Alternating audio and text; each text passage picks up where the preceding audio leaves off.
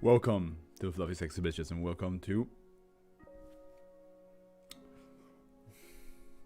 today's SCP reading stream.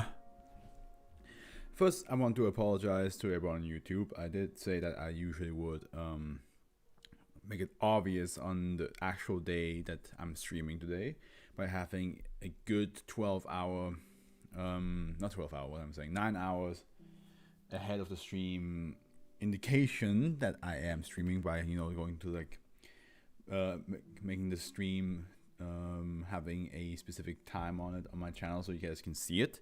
And I didn't do that because I completely forgot, and I do apologize for that. I do apologize that happened. But at the end, I did say that I will stream today, but that was in case I can't out of nowhere, which again I apologize I didn't do it, but I'm here, SCP is ready, and I'm not going to do the same mistake as last time. There we go. Also, can I add transitions? Just like I know I can do that. Edit, yes. Can I please, instead of a cut, be a fade? That's much nicer. That's a little bit nicer to look at. And here we go. Just gotta keep that on YouTube for now, and gotta remember to always do the check marks. Yeah, up there. Good. So that whenever I start reading SCP, I can do that, and then I can make chapters on YouTube. It's very handy. I wish Twitch has something like that, because it would make it easier for me to like get highlights out.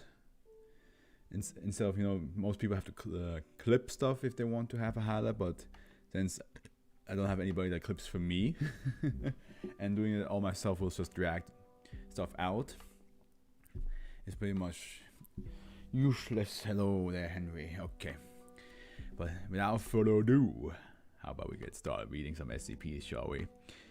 All right.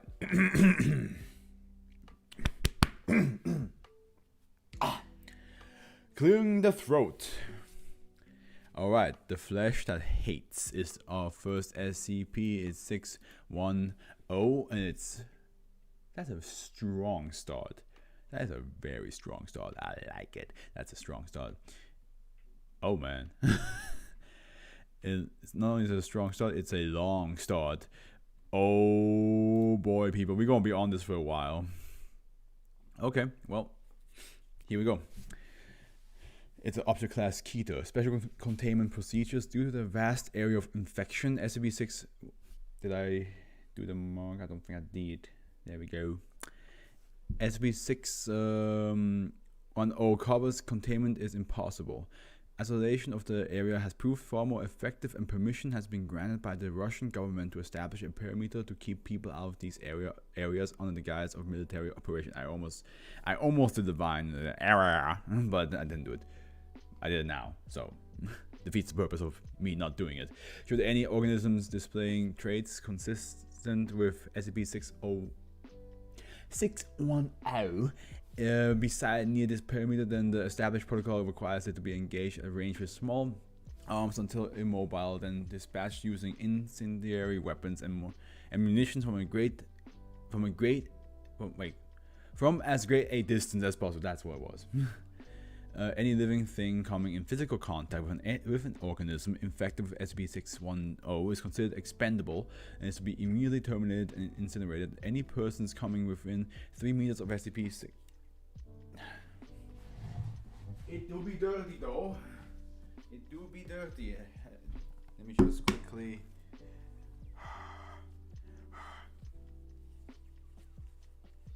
Old school style.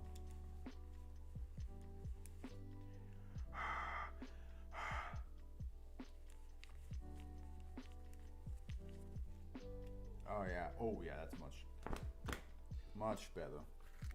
Much better. There we go. Okay. Any living thing coming in physical contact with an organism infected with SCP-610 is considered expendable and is to be immediately terminated and then incinerated. That's where we were.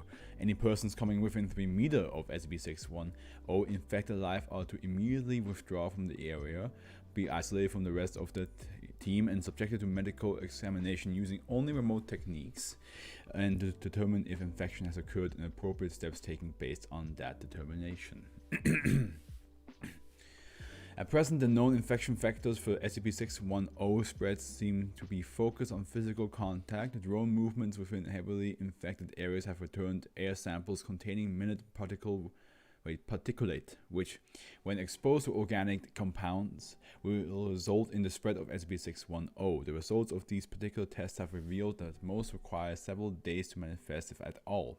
With the exception of direct contact with exposed lung and liver tissue, these particular tests show a rapid rate of growth, which requires incineration of the testing environment no more than 24 hours after initial exposure, with even a 2-hour mishap risking a compromised facility event, given that this kind of rapid growth only occurs in organic material existing outside the human body. This form of infection is currently considered a minor concern. These peculiarities have given rise to a series of questions regarding the possible... By the way, I hope you guys don't mind I have like some lo-fi hip-hop in the background instead. I had like the more atmospheric like horror stuff before because it was Halloween, and also just I thought it would fit more. But to be fair, after a while I just got kind of sick and tired of it, so I was like, I'd rather have lo-fi hip-hop instead. That just fits to the vibe of reading a bit more. Given that this kind of rapid growth only occurs in organic material existing outside the human body, this form of infection is currently considered a minor concern. Okay, that's why I wasn't. Man, some things.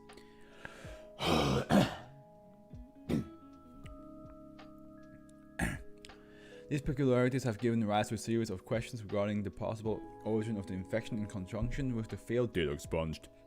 Containment protocol remains at a scorched earth policy at this time, and no concern for transmission via water or air at infection parameters exist bearing situational changes in the field.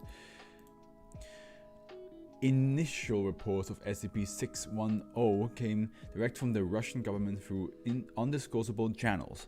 These reports consisted primarily of disappearances of farmers in the region and were not considered until the local police, followed by the regional police, and finally a governmental dispatch agent all failed to report in within a 72-hour period.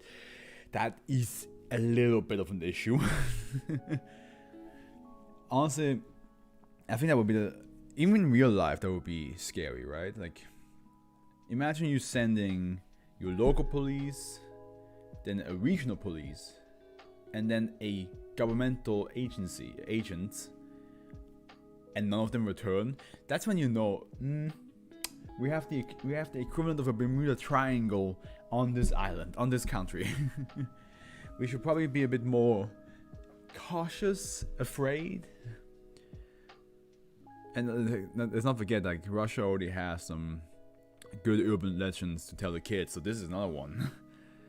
You don't go around there, or else you'll never come back again. Because that's probably where Baba Yaga lives. You know, you never know.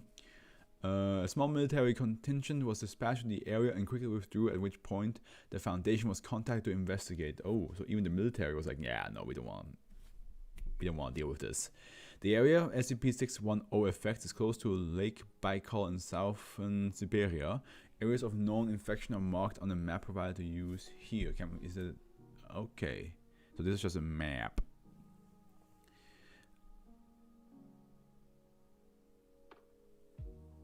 So I imagine all the red areas. Oh, that's a huge false zoom in. All the red areas are the ones that are infected, like here by Ulan-Ude and Irkutsk and all that stuff. All that stuff seems to be infected. Okay. Containment perimeters have marked in blue surrounding these infected areas, and as of present, no further location have been identified. Well, that now we gotta look at that again, because now it just gave it to us. Are marked in blue. I might be blind. Incursions into the perimeter must be reported prior to conducting confirming during exploration and debriefed on immediately following return. Okay. SCP-610 appears to be a contagious skin disease, at first with symptoms including rash, itching, and increased skin sensitivity. Within 3 hours, the disease will cause blemishes resembling heavy scar tissue to form in the chest and arm areas, spreading to the legs and back within an additional hour, consuming the victim completely within 5 hours. Ooh. Oh, my chest feels heavy now. Exposure to higher temperatures drastically decreases the time for the contagion to spread, and complete infection have been recorded occurring in as little as 5 minutes.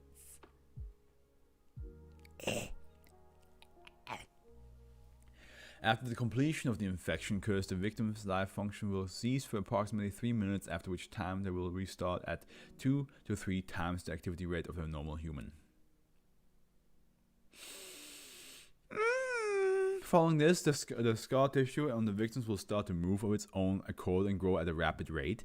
Normal human features start to disappear at this point under the infection, and the path of mutation appears to be largely random.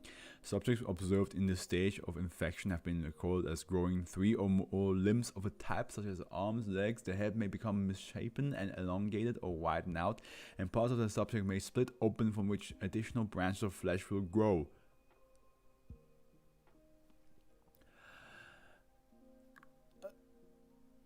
The duration of the stage of infection is unknown, and not all subjects appear to progress to the later stages. Man, I just had tacos. And it feels like it's the tacos are coming up close again. Jesus. Under unknown conditions, as infected individual will cease moving and place itself in a location it deems suitable where it roots itself. The fleshy growth on the victim will then begin to spread itself across all surrounding objects and consume them.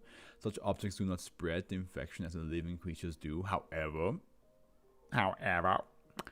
and the effect of prolonged contact with these objects is recorded later in this document. It is assumed that this behavior is to create an area hospitable to continue growth of the other infected. Okay. But that's not all. That's not all. SCP is playing basketball. Observation. Honestly, in the SCP Foundation, like, the idea of an SCP playing basketball might be something worthy of a note. So, observation of life infected by SCP-610 by staff is impossible. Why? Because is it like that many, or is it those infected with the disease immediately seek out aid as natural human impulse, resulting in unintended infections? Those infected pass the scar tissue phase, actively and aggressively attempt to infect anyone approaching them within an undefined area. It has been established that should an infected be capable of sight and observe an uninfected, it will proceed toward them. This reminds me of cabin fever. If the infected has lost the ability of sight, a range of approximately 30 meters is considered safe. Okay. It reminds me of cabin fever, because like in cabin fever, I mean, the first one, it wasn't that bad. I think it was literally like the second and third one that decided to do this, where if somebody was infected, they just walked around with the disease going and being like, I'm going to infect you now. And I'm just like, why? Why are you doing this? Stop. We don't... That's how a pandemic starts, dude. So, it reminds me of this, like how suddenly they have the urge to infect other people. Observation of SCP-610 infected settlements has been established using artificial methods such as remote robots. The data returned from these observations, coupled with the openly aggressive nature of the infected to attempt to spread SCP-610, has resulted in a Akita classification. However, so long as nothing is allowed to enter or leave the infected area, it is considered a neutralized threat. Okay, of course. I mean, it's not really neutralized. It's more like kept locked up, which is what you guys do anyway. I wouldn't consider it neutralized, not only because as long as nobody walks in, which a lot of SCP has that whole like, as long as nobody walks in, we're safe. But I'm just saying, there's always one idiot. that decides that it's a funny idea to want to walk in.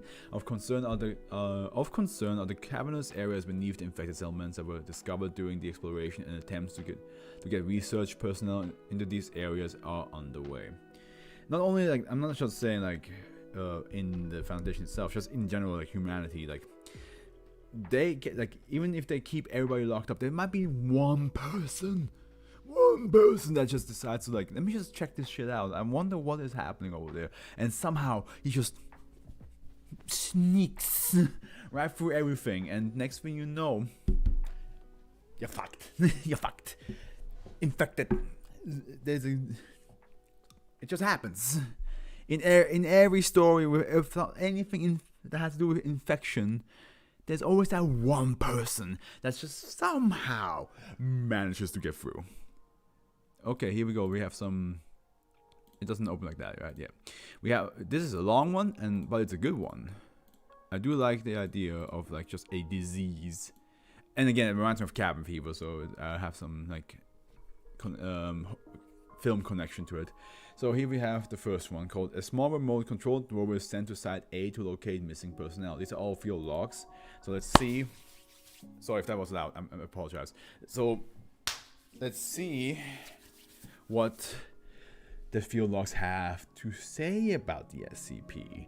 After establishing the containment parameters for SCP-610, the Russian government approved our request to research and investigate the area. For the first such exploration, a small camera-mounted unit known as Herbie was dispatched at a safe distance and directed towards Site A. Herbie has a battery life for 12 hours and control range for far wider than that required for this dispatch. Herbie is able to enter Site A without incident. The landscape around Site A shows early stages of assimilation by single SCP-610 infected who have fallen at largely random intervals around what remains of the village.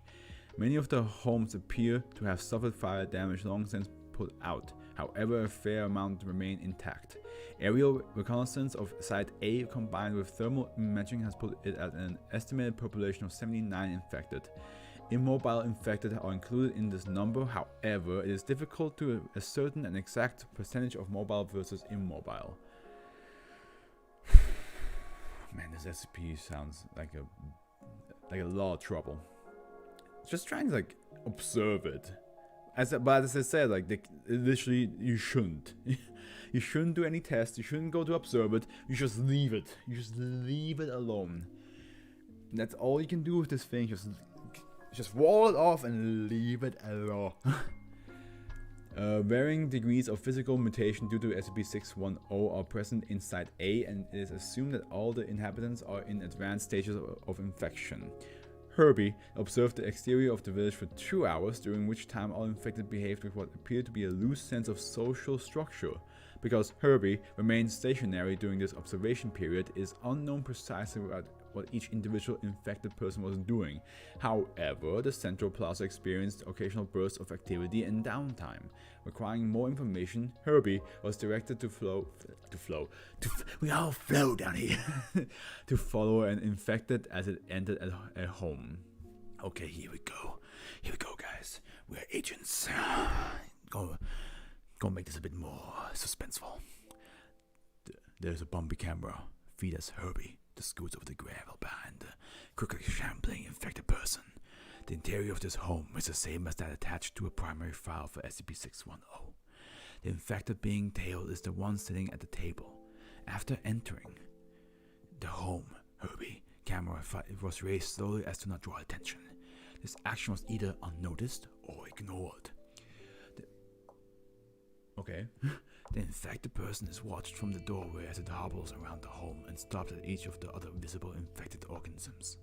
However, it appears to ignore the one under the table, which, while not immobile, does not leave that area. What this creature was before infection is unclear. After lapping the table and repeating this procedure 3 times in the primary infected person known as Alpha, henceforth stops at the bedridden infected known as Beta, and proceeds to assault it with furious punches. Beta is unable to leave the bed for unknown reasons, but is not completely immobile as it flails its arms in response to the beatings delivered by Alpha. After several sustained minutes of this beating, a piercing sound explodes from the area around Beta, who then proceeds to project a cloud of unknown matter into the air from its chest cavity. Alpha lingers in the cloud as it floats in the air around them, slowly descending to the ground. The unknown life form on the table beside Beta begins to twitch in an apparent seizure, and Alpha then laps the room twice more, stopping again at each infected organism but still ignoring the one on the table as well as Beta now. After these two laps, Alpha seats itself at the table and reaches out to position the three places atop it as if setting a dinner set. After the plates are positioned, the facial tendrils extending from Alpha wiggle up and start to coil on one of the plates before tearing apart and separating. This is repeated at each plate. The image attached to SCP-610 primary file is a still image of this occurrence. Can you just imagine? Just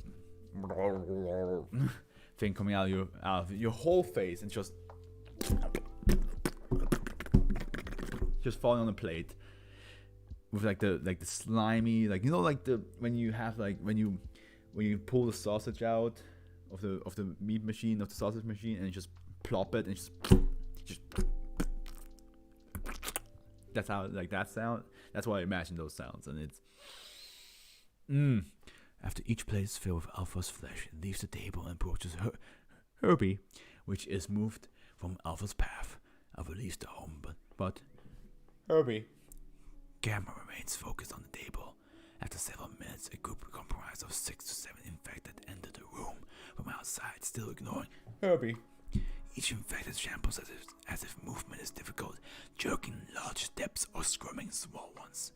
These infected all surround the table, and each takes turns grabbing handfuls of flesh substance left behind by Alpha, pressing it into whatever orifices on themselves that they can.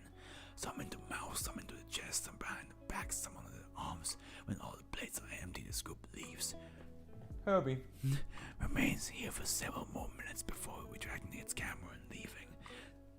What a gore show we just witnessed. Immediately after leaving the home, Herbie collides with an object. Panning the camera around the obstruction appears to be Alpha, whose facial tendrils are intermingling with another infected having similar mutations. The impact is ignored and two infected part ways after several minutes. Herbie is then directed to explore more areas of the village. The remains of what appears to have been a store show signs of severe fire damage as well as activity inside the building, which Herbie moves to investigate. The door is slightly ajar, and with fair movements of Herbie, it is pushed open. No notice is taken of this action, or it is ignored. Inside the store are several infected persons, most of whom are standing around. However, one is on the ground, rolling back and forth over the space of approximately 0.3 meters, 1 foot, and is ignored by the others. Herbie rolls on the divider, separating the cashier area from the customer area, and pants around behind the counter. The upper half of a person is protruding from a cellar door. Behind the counter, this person does not appear to be suffering from advanced infection and wears the garb of a Russian soldier. Zooms the camera into confirm identification. It is noticed the eyes of this person are in constant movement, often focusing on Herbie. The rest of the soldier does not move. Herbie is directed to leave this area and proceed to the back room. In this storage area, a large pile of bodies are stacked together. Some pieces of clothing are visible and appear to contain both military garb and everyday clothing. No facial feature are discernible on any of the bodies due to the way they are stacked. Atop the bodies are an infected site.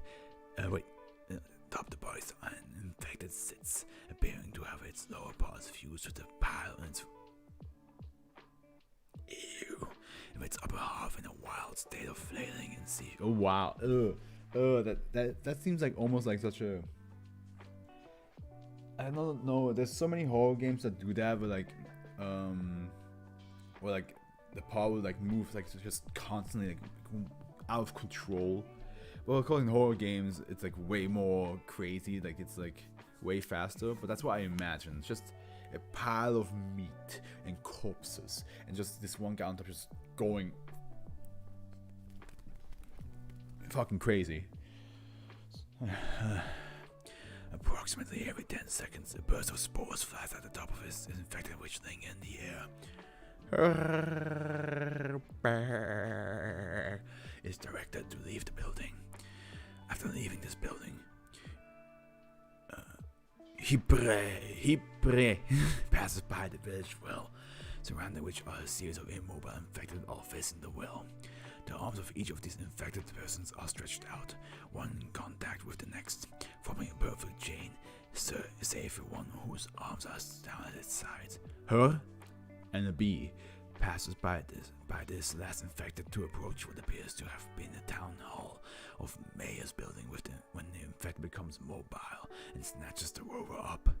Video feed from her focuses on the face of the infected, which is strangely in perfect shape given the condition of the rest of its body, which is horribly bloated. The infected was once a young girl from appearance, age estimated 10 to 12.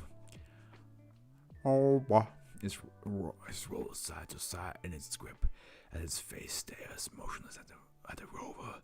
The infected ray suddenly balloons in size and explodes outward in a series of fleshy flaps that grips her back and draws its inside abyss. Video feed terminates here. Herbie was considered lost at this point. However, no one at control remembered to turn off the video feed, assuming it cut. 5 hours later, Herbie's video feed resumed stationary and at a raised level pointing at the upper rim of the village well. The video feed contains some blur to what appears to be a slimy film which often oozes across the lens, but when not obscured provides perfectly quality recording. Herbie does not respond to any remote commands, but its video jogs back and forth from target to target, zooming in and out of its own accord. Video feed is cut manually and all connections to Herbie unit are ordered erased. Did Herbie get infected?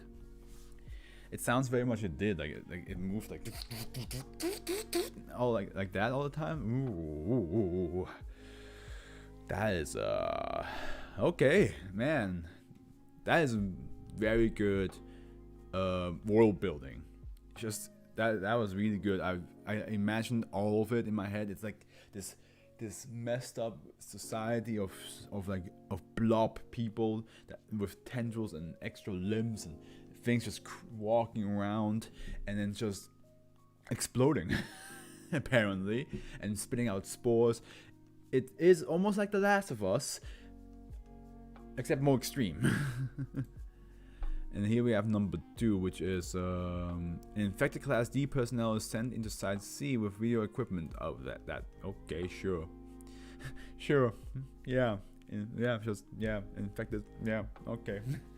During construction of the perimeter surrounding SCP-610 containment area, several Class D personnel were infected due to assaults from infected villagers or animals roaming the area, in addition to a number of infections as a result of escape attempts and careless behavior.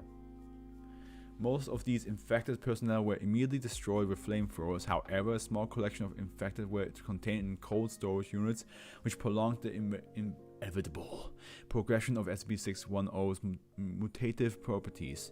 The decision was made to utilize some of these infected personnel's video relays and dispatch them into nearby sites. Due to the concern over loss of equipment as evidenced in SCP-610-L1, all 3 subjects that were used in this manner were sent in with a single video system to Site C. Additional equipment issued for this dispatch include, here we go, a 1-gallon container of gasoline, 3 emergency flares, 3 9mm pistols with 3 magazines of ammo each, and 3 single-serving food rations. Why food rations? Who the fuck would ever want to stay? I assume they just are forced to stay there by the Foundation. The Foundation will not go like, okay, go in there and come back out. Like, just have like a weekend at the infected site and then come out again and tell us how it went. No. They're just gonna be like, you stay in there and here's a gun in case you want to shoot people or yourself. Good luck. The infected personnel were instructed to observe and avoid interaction with the infected villagers as long as possible. Should a situation arise where they are met with aggression or feel they are losing themselves to SCP-610 influence, they are free to kill as many infected villagers as they so choose and do as much damage to infected objects and property as possible while maintaining video feed. Also, they're not free to kill themselves. They literally, it's like, hey, once you lose control go on a murdering spree. That's basically what they're saying, right? The intent of this order was to provide data of SCP-610 infected communities in a raid situation so a plan of eradication could be better established. All that, sure, yeah, whatever you say. At the time, sometimes like I feel like if the Foundation would ever talk to me and was like, this is why we do things, I'd be like, yeah, sure. yeah, to test the eradication, plan of eradication, yeah, and the raid situation, sure thing, my man, sure thing, that's exactly what it is. At the time of this expedition, Site C was suspected to be possible origin point of SCP-610, having far fewer mobile infected than other sites as well as structures which appear to have been layered over several times with the terraforming effects of the immobile infected. Dispatched Class D personnel known henceforth as DI-1, DI-2, DI-3 were directed to pay particular attention to anything that could be considered an origin point of SCP-610. The trek from our perimeter camp to Site C was uneventful. There is no evidence of any native animal life in the area. As Site C is approached, there is a noticeable rise in the temperature within the last 30 meters of the trip that necessitates removal of the heavy cold base coverings that were provided. Oh, that high. Okay. The temperature rises again sharply at the entrance to Site C proper, which requires a further shedding of garments for fear of heat stroke. Site C is described as being heavily humid and around 32 degrees Celsius, which is 89 degrees Fahrenheit. That is extremely warm. Especially in Russia. I mean, I assume it's winter time because they had like layers of clothes on, so I assume it's winter time. So the fact that there's an area where it's 32 degrees Celsius. On the first immediate notice that traits about Site C is an array of immobile pylons which encircle what is believed to be an entirety of the site. Separated by an apparent distance of 5 to 6 meters, each pylon appears to be 2 to 4 infected persons fused together in one spot.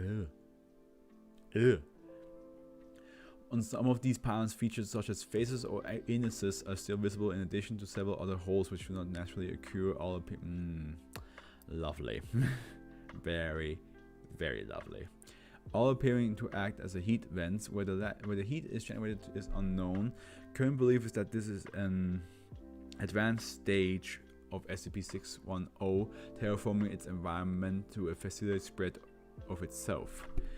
DI-2, who was furthest along in the progression of SCP-610 of the three by a number of hours, begins to seizure after only a few minutes inside C during examination of the pylon. Oh yeah, didn't they say also like the warmer it is, the faster infection is? So whoever is at the area with 32 degrees Celsius, he's gonna get infected real quick. He's gonna blow up but yeah, who knows. The progression of the scar tissue phase of SCP-610 infection is observed in full course as DI-2 spasms on the ground, his entire body being overtaken by sickly tan flesh almost entirely after 45 seconds. DI-2 is terminated by a gunshot from DI-1 and his equipment. Take him out of his misery, right? Equipment left where it is. The spread of SCP-610 over DI-2 continues even after death of the body until all movement ceases. Wow. Man, this SCP does not mess around.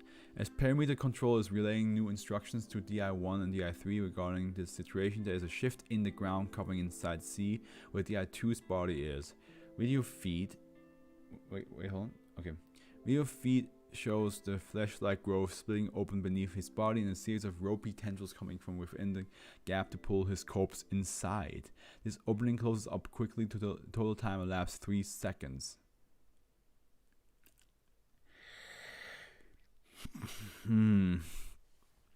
Gross.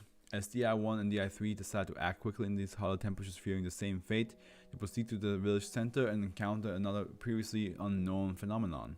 In the precise center of the town, rising above what was a community well, is a sphere suspended by angled supports comprised of SCP-610 flesh. This ball is riddled with the features of human in early stages of SCP-610 infection, as well as a good number assumed to be in later stages. A number of specimens of non-human life forms such as deer and bears are also visible within the mass. This one is very similar to the sun, isn't it? The entire sphere of flesh pulses at roughly a 5-second interval, and with each pulse emits a ring of spore-like material from its equator. This material floats to the ground and appears to be absorbed into the converted environment. Boy. DI-3 begins to douse the sphere with the provided gasoline, and when questioned by a panicking DI-1 explains this looks like a good thing to burn as any. At this point, perimeter control has ceased giving commands to the rapid deterioration of events. There is no reaction from anything within Site C to any of this activity until the precise moment at which a lit emergency flare is applied to the spherical mass, which immediately goes up in flames. The remote feed plays back a noise from an unknown location that seems to come from a location far outside of Site C, but was reported as being heard even at the perimeter control by both Sites C and A. This noise is described as both explosive, as if multiple high-yield charges were detonated on a mountainside, and alive, like a large feral creature roaring. Within 15 seconds following this sound dissipation, Site A reported that a series of explosions had occurred within the village. 5 seconds after this, a reported spherical mass in the middle of Site C explodes. Which I'm not sure if that's good. Herbie got infected by the girl exploding, I assume. So I feel like this is gonna make things a bit more problematic. DI-1 and DI-3 are thrown by the blast. DI-3 is confirmed deceased by DI-1 after regaining his footing, having suffered injury from stone shrapnel from the well. DI-1 is able to report he has bruises and ringing ears, but aside from the rapidly spreading SCP-610 infection, he suffered no blast damage. During this recording of footage, DI-1 has had his video equipment removed and was looking into it. Due to the angle recording, it is unknown precisely what occurred inside C, but something draws DI-1's attention back to the center of town, where he stares for several moments and is pulled in the opposite direction. The video equipment falling to the ground, recording in a skyward direction. The last moments of footage from DI-1's video unit displays a humanoid figure moving through the air, followed by the sound of an impact in the same direction. Within 3 seconds of this event, an unknown creature steps upon the recording video equipment and destroys it. Perimeter control remains on high alert for 24 hours at all locations without any incident following this event. That's creepy. That is creepy, knowing that there is a humanoid-like creature that's just flies in, and probably also did that sound, that beastly roar. That I would be very worried. Especially because if he can fly. What stops it from flying away from the three current locations that they have? What stops it from just be like, yeah, you know what, I'm going to visit a different country. Bye. Whee! And gone. Field logs 3 initial discovery of the tunnel entrances at Site A. The destruction caused by the rapid collapse of Site C exploration attempt during L2 resulted in a series of unexpected events in Site A. At the strange spherical formation, Site C was burned and destroyed. The SCP-610 infected inhabitants Site A were recorded by aerial drones going into seizures and convulsions. The immobile SCP-610 infected rapidly shriveled and died along with all the flesh material spread across the inanimate objects within the village. The mobile SCP-610 infected, who were able to regain their footing, all proceeded to what appears to have only been an upper-class residence and entered the building. As the infected entered this dwelling, it suffered a foundational collapse, revealing the presence of a sinkhole beneath it. The size of the hole in relation to the structure above is posed an impossibility for an entire building to collapse, suggesting something within the hole applied force directed the structure with the intent to pull it inside and expose the hole. Okay, I see. So whatever SCP-610 is, it's definitely sentient and sapient, probably. The revealed hole is approximately large enough to... well, it's sapient, but is it sentient? Who knows? The revealed hole is approximately large enough to accommodate 3 grown men standing shoulder to shoulder. Light sources applied by remote drones failed to penetrate further than 4-meter depths into the hole. Objects dropped into the hole do not produce any impact sound, suggesting bottom potential more than 1,000 meters down. Oh boy. Research of the exterior of the Site A hole was only able to be carried out for 2 hours' time. Samples of the atmosphere in Site A indicate a complete depth of SCP-610 SCP-610 related materials. All infections life that did not evacuate into the hole died above ground and quickly became shriveled husks. Manned exploration of Site A was approved and commenced immediately.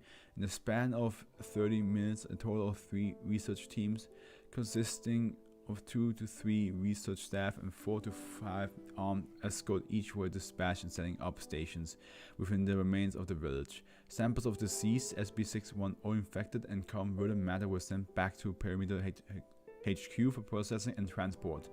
One team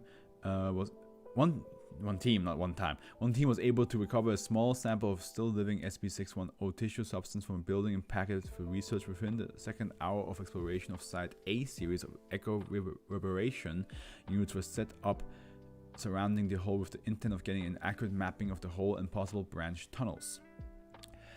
At the end of the second hour, before the echo units could be activated, seismic activity had begun to occur within Site A. 2 teams of the original 3 remained on site, the third en route back to Perimeter HQ with samples.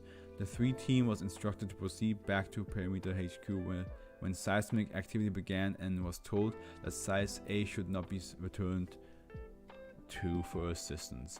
Seismic activity at Site A capped at a 2.3 Richter level before petering off. Immediately following the seismic event, a torrent of SCP-610 spores erupted from the hole and laid the area around it for a span of 50 meters. That's a lot of spores. That's a big space of spores. As all staff on site were in Level A hazardous material suits, the spore burst was startling but did not lead to any infections. Smart. As the eruption was being reported by both teams at Site A came under attack from aerial life forms infected with SCP-610, so like birds. These organisms were captured by the remote drone video equipment and showed extremely advanced stages of infection. It's impossible to tell what they mutated from to this present state. Many of the alien creatures attacked by splitting their heads in half and clamping down against each researcher's member, pulling them into the air and dropping them into the hole when possible. These alien infected proved vulnerable to small arms fire. In dispatching them, a total of 2 research staff were lost to the hole and 1 injured due to crossfire. The injured staff was put down immediately upon showing signs of infection due to his suit breach. Shit. Yeah, I thought so. Like if I was thinking like the birds will try to create holes in the suit, but yeah, if that's even worse. You got a breach in your suit because your friend accidentally shot you.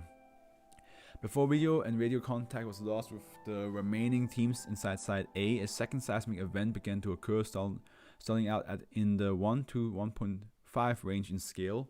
Attention was directed to the hole to prepare for a second assault. A second spore burst erupted from the hole during the rising seismic activity. At the point where the scales registered a 3 to 3.5 in force, a new unseen SCP-610 entity began to emerge from the hole.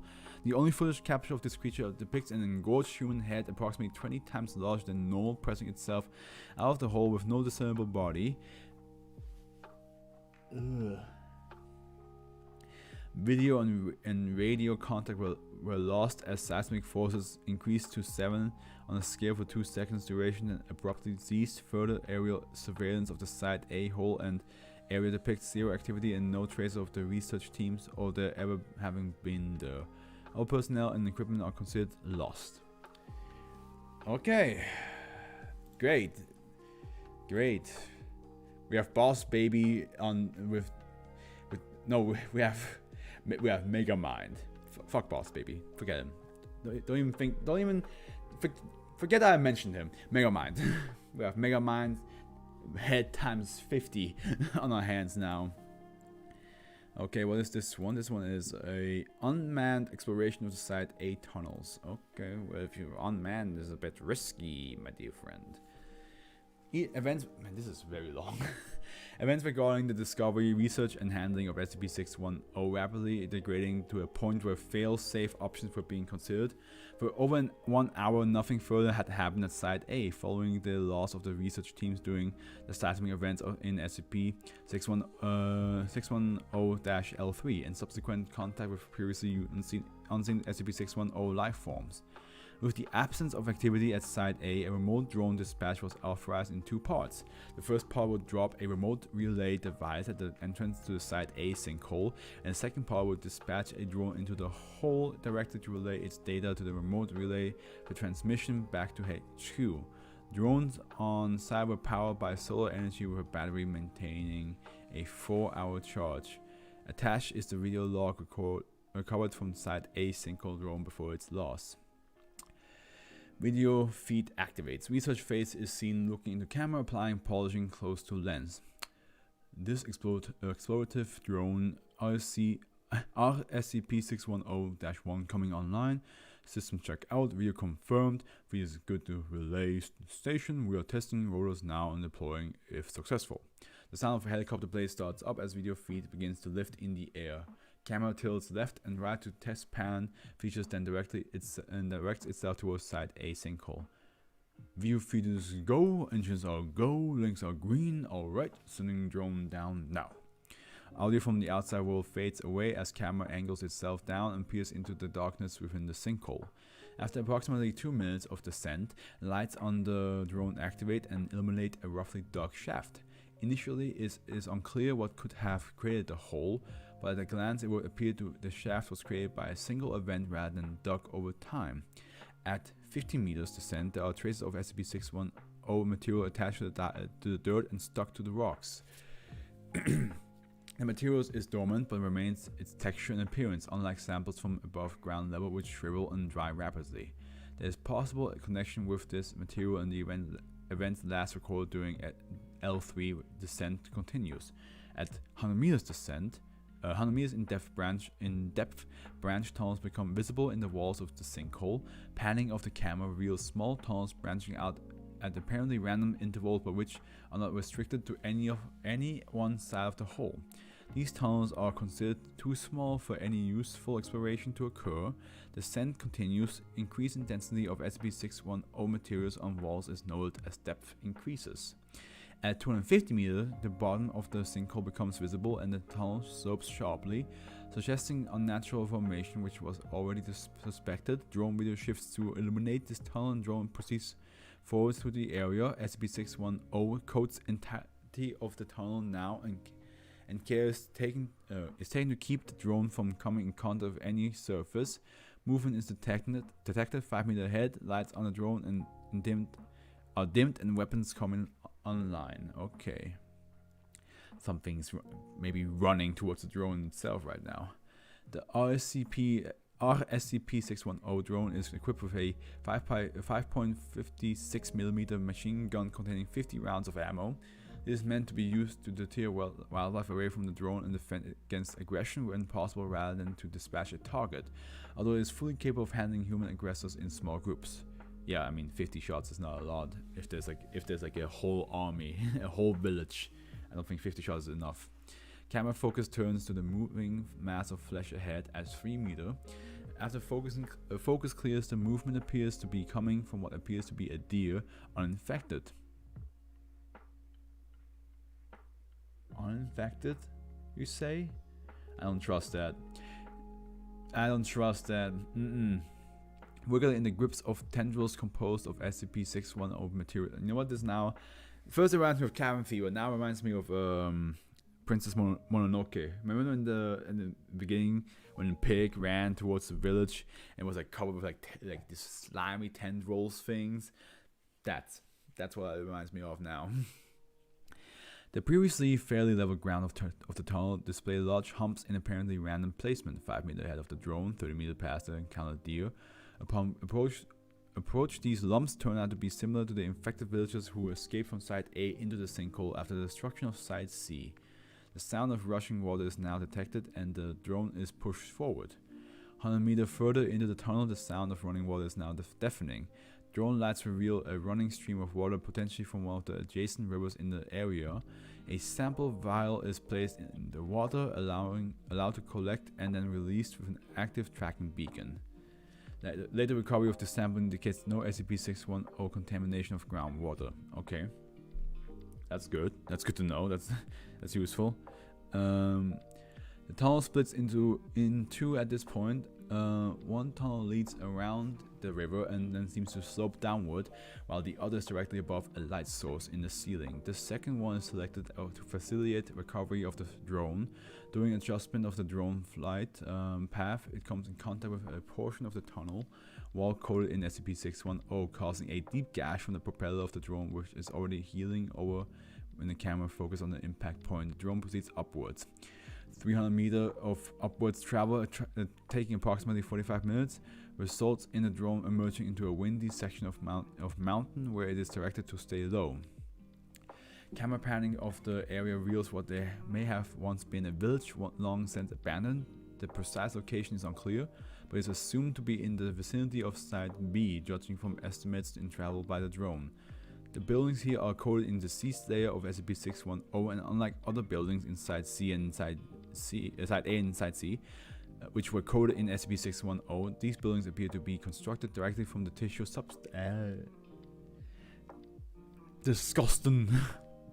They were created by the actual tissues. After a cursory scan of Site B, it is determined there is no life here, either natural or SCP-610 related to, so the drone is directed back into the tunnels, as the winds around the area make area recovery impossible. Upon descent into the tunnel, a deep roaring sound fills the audio video feeds, becomes as choppy as something blocks a signal. During the periods in which connection to the drone is clearest, its camera and weapons are angled downward and propeller slow in speed to allow a faster drop. Video feed becomes entirely killed for the final 2 minutes before feed is lost. Rushing up towards the drone from the area below is what appears to be a large human face stretched to 20 times its proportion, with no features save those created by SCP-610 material. There are eye sockets but no eyes, a mouth but no teeth. The drone fires upon this rushing mass of SCP-610, but the bullets do not deter it. Impact points remaining visible for several seconds before closing over themselves. There is no room in the tunnel for the drone to take evasive action, and it is swallowed by the mass. That is freaky. That is freaky. That is so freaky. Our SCP-610 is considered lost until 3 hours later, when feed inexplicably returns. Video feed from the drone appears to show a series of structures illuminated by one of the 2 lights on the drone. The camera pans around without instructions from the remote relays or HQ, capturing a vast number of shambling entities within the area. SCP-610 material moves over the lens of the drone, and the video feed is permanently severed. This place is messed up. It's absolutely messed up. It's creepy as hell. The idea of a ginormous face coming out of the darkness of the void is just now we have manned exploration on of the Site A tunnel. Are you sure you want to do it? Have you not watched the video feed? There's a giant face with no eyes in the eye sockets, no teeth in the mouth, just living in those tunnels, and you want to go in there? Are you shitting me? I would say no. Like, if somebody's like, yeah, you're going in there, like, with all due respect, hell no. I would get killed by them, but I'd rather die by something human than by something like this.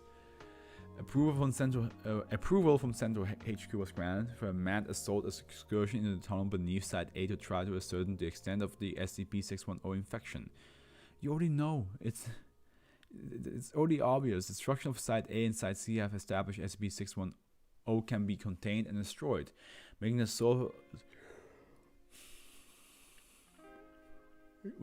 of the infection top priority. The initial descent into the tunnels consists of 5 teams, 2 research and 3 assault, along with enough equipment to establish an underground base of operation. Descent into the tunnels was established using pulley systems and a lift to move equipment. Assault teams were the first to descend, armed with flame units to clean SCP-610 out of the area.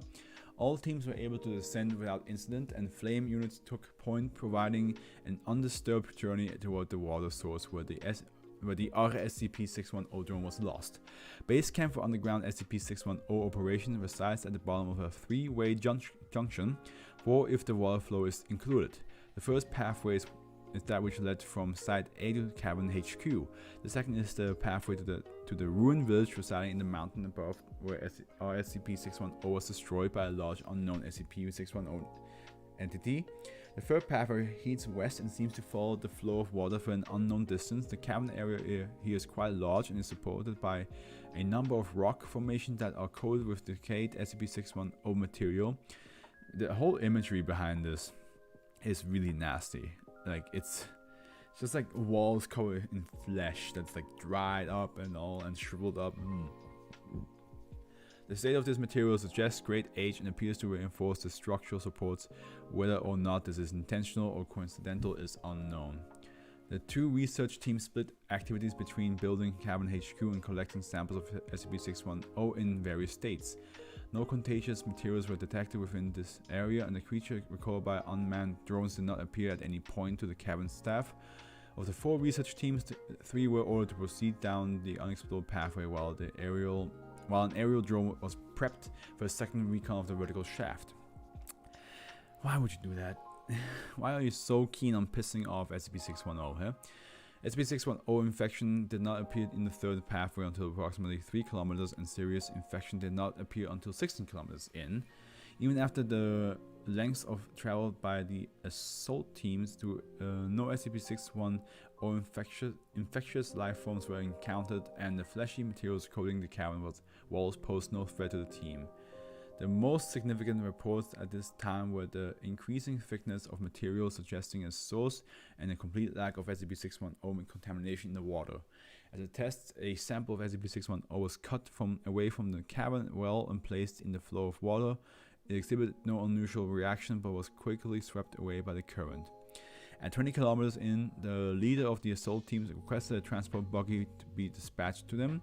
One was available at the above ground HQ, however it would take time to move it to Cabin HQ and then remote drive it to the teams. Rations provided to the assault teams were sufficient, so a camp was established while the buggy was moved and readied. Yeah, I mean, 20 kilometers in, and you don't want to walk all that way back if you don't have to. Just, yeah, ask for a car and then just drive out. Because also you just don't want to like spend unnecessary amount of time inside a danger zone. During this time, an aerial drone was also sent to explore the vertical shaft. The result of the exploration were placed on hold with the arrival of the buggy at Cabin HQ and ultimately concluded in document data expunged. The buggy was navigated to the assault team encampment with no events en route. However, upon arrival and preparation to continue the exploration, the assault teams came under attack by a number of large SCP-610 infected life forms that emerged from the area ahead of them. So for some reason, they just don't like technology, yeah? They don't like cameras or anything that makes noise. Video recovered from the assault team cameras showed them caught off guard as the SCP-610 infected made no sound and were undetectable on one film. For 1 to 2 seconds, it appears that some of the creatures are coming out of the SCP-610 materials of the walls, not emerging from them so much as being created by the materials and then breaking away to act independently. Oh my god. This would be a great one to actually do. A much more further down the line, much more zombie-like story, but it's unique, you know. Not many. It's very much Resident Evil, to be honest. It's more Resident Evil than the typical zombie deal. During this assault, in an attempt to protect the buggy, blank members were lost to the water currents and contact with them was lost. Contact was regained, however, and is recorded is recorded in SCP-610L6. The remainder of the assault team now consists of 3 members armed with a single flame unit. Use of this unit to repel the assault proved vital as standard firearms did minimal damage to the infected creatures. These infected creatures show minimal trace to associate them with any known form of life in the region, giving rise to the belief they may have been spawned by the SCP-610 infection itself as a form of defense. No further casualties were suffered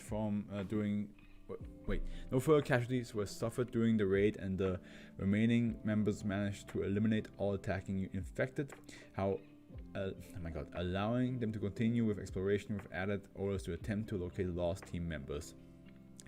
A further 20 kilometers into the tunnel, the river separated from the tunnel's pathway, and the team was instructed to abandon the recovery order, given the inability to navigate the water safely. Oh my god, this is long. This is a very long SCP to start off with, eh? Longer than the first one. I think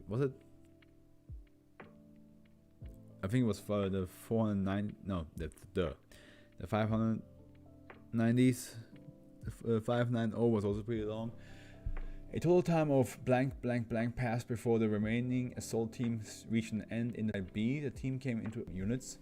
A time lapse of 5 minutes is allowed to pass before the team proceeds farther into Side B, cautious of further assaults by SCP-610 infected. The tunnel widens out into what appears to have once been a village of indeterminate age. The construction of the buildings in this area are primitive compared to the settlements at Site A and Site C, and are of clearly human construction, as we established in Log 4. Many buildings rest at angles or slants, suggesting they were disturbed by a cave-in. Of interest is a building that appears to be a church with a working clock tower. The building is built atop the remains of 2 older buildings that have fallen completely. What happened here?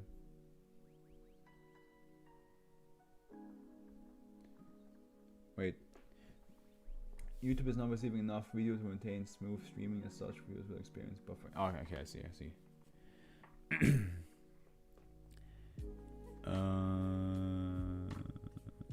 Yes.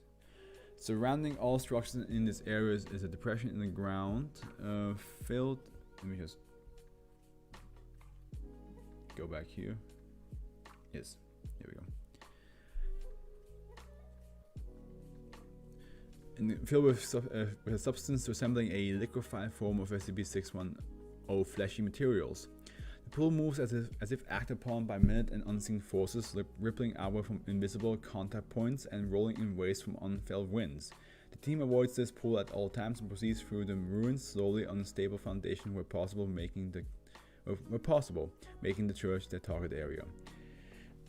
Within the church are pews, as would be expected. However, there are only four, one of them shattered when the building could accommodate as many as 20. The 3 intact pews are arranged in a 2-1 formation facing a pulpit.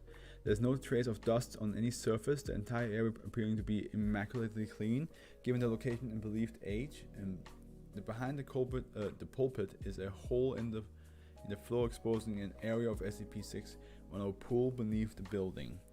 The church and ruins appear to be uninhabited, and exploration of the church proper is uneventful until the clock tower bell tolls. The tolling triggers a shudder in the building, followed by human screams from the ceiling. Okay, damn. Lights shown upon the ceiling reveal a large mass of SCP-610 from which descend a series of 6 wooden circles. Strapped to each circle is a living human coated entirely from neck to toe in SCP-610, but having an exposed head which appears uninfected. These humans captives scream as the bell continues to toll and the circles were moved to the ground. The team begins to move toward one to investigate when an unknown creature cries from outside of the building, prompting them to take cover in the shadows near the pulpit. Light sources are extinguished, pitching the entire area into darkness. Night vision is left off to avoid revealing the team's location. Sounds continue to emit from the outside of the church, drawing closer but lower than the frantic screams of the captive humans. At least one knows the team, as a captive human often call out to be saved. From the entrance to the that must be frustrating, because you're purposely trying to hide from something, and they are like, and those humans up there are like, oh, you down there, help me, help us, and they're like, god damn it, we try, he's gonna get us all killed. From the entrance to the church, a candlelight at the side of the doorway, then one on the other side, a figure is seen holding a small torch and moving back and forth between a series of candles to light the doorway. The flame is then applied to a rope coated in SCP-610, which quickly ignites and spreads up to a peculiar chandelier system at the church entrance. The light from the system illuminates most of the crosses but does not reach the team's hiding place. Those captives who appear in the light do not show signs of the beige-colored SCP-610 infection, but instead are wrapped in a red variant of it, which shows signs of constant motion rippling across itself in the waves. From outside of the church, a flood of SCP-610 infected shambled quickly into the area, ignoring the man who lit the candles and stands in the middle of the room. They proceed to the captives to the wooden circles and begin to pull at the red SCP-610 masses, resulting in further screams and cries. What can be gathered from the returned video feed, the red SCP-610 seems to be connected to the captives to the captives and is using them as a source of sustenance that it then uses to grow and feed the normal SCP-610 infected. Overly zealous infected tear at the red mass too hard, which results in pulling skin and tissue from the human captives beneath. This exposed area is quickly covered over by the red mass, which then grows in size. Feeding like this continues for approximately 6 minutes, at which time the candle bearing figure sounds a gong and all infected entities move to the pews. There are several more creatures than seats, but none move past the frontmost pews. The figure whose sound the gong does not move, spontaneously collapsing as if made from hollow clay. From the pulpit area, activity is noticed as a pillar of SCP-610 flesh rises through the hole and extends directing itself towards the creature. No sound is heard and no motion is recorded once the pillar stops moving.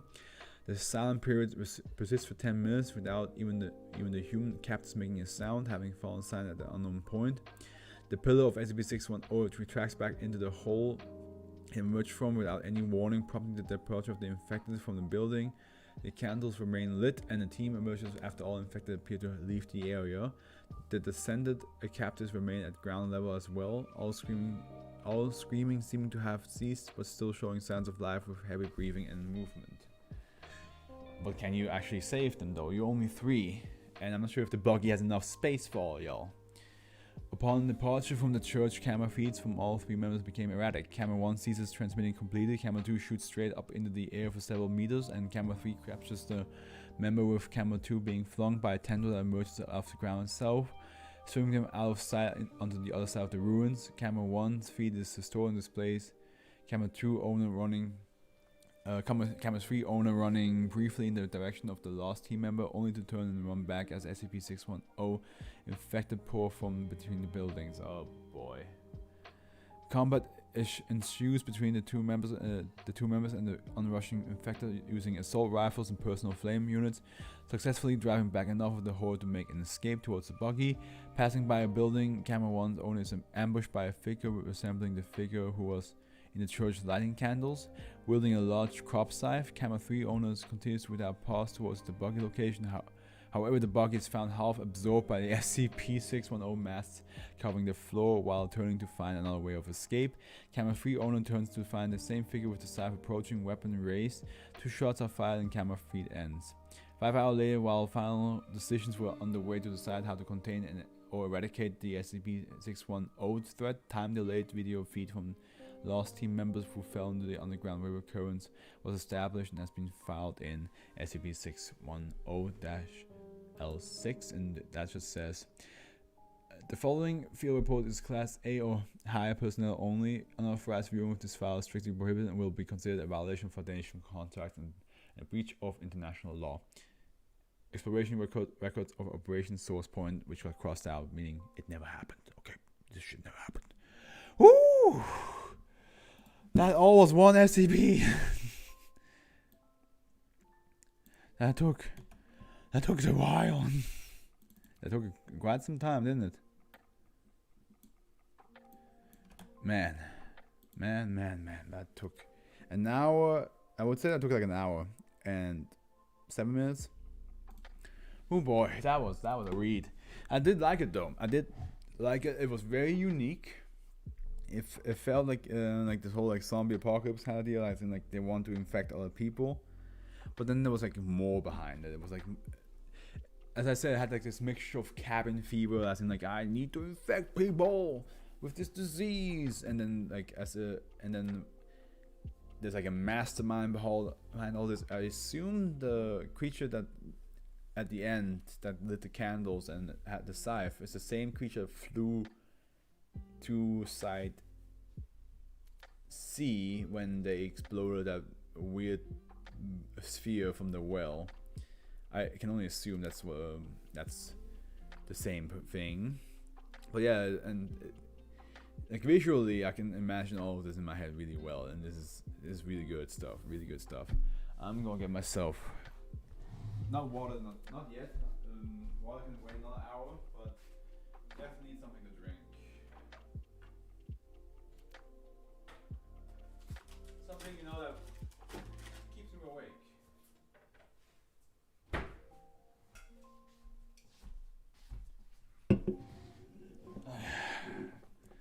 Next one is called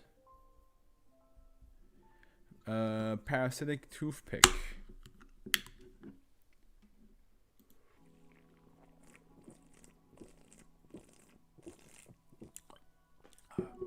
Okay.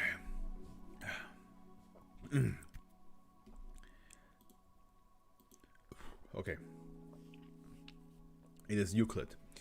SCP-611 must be sealed within its specified enclosure at all times. SCP-611 should be provided with 1 piece of rotting meat per week as per dietary standards. Current information suggests that beef tongue and aged at room temperature for roughly 2 weeks provides the best nutritional results while limiting breeding. Technicians specializing in insecta must maintain the enclosure. Technicians performing maintenance on the enclosure must wear full biohazard suits to prevent possible infestation. Not an infestation thing, right?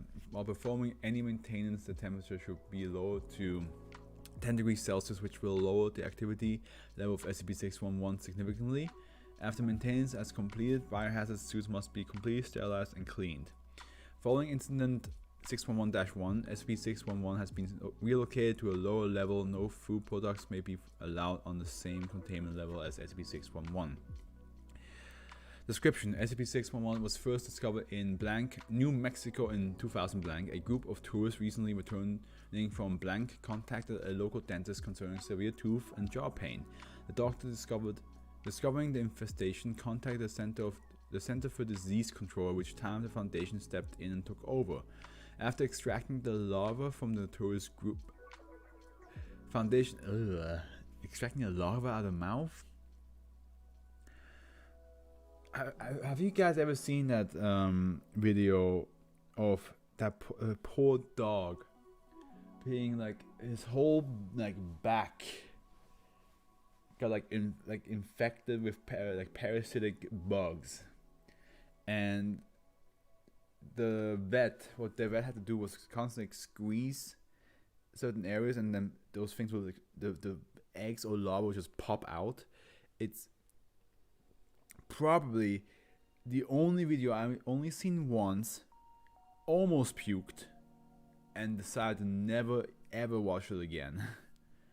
It's horrific. I felt horrible for the dog. I felt horrible for my stomach felt horrible. And I cannot believe that there's an animal or an insect or a parasite like that. I mean, parasites are just nasty anyway, but I couldn't believe that something like that exists that just does that. And that's what it reminds me of right here. The whole idea of the larva, like as in like a larva like somewhere in the mouth, and you just what you gotta do is just like basically like squeeze somehow, and it just flies out.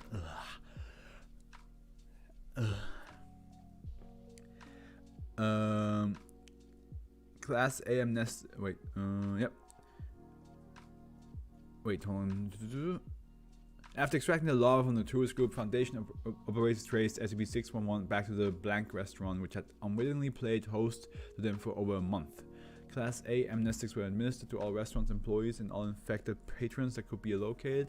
Most larvae were removed in time, though some had already caused extensive damage. Over blank deaths caused by subsequent infection were believed to have occurred. Wow. SCP-611 is the previously undiscovered subspecies of Dermatobia hominis, the human buttfly. I believe that's exactly that fucking thing that attacked the dog. I'm gonna look it up.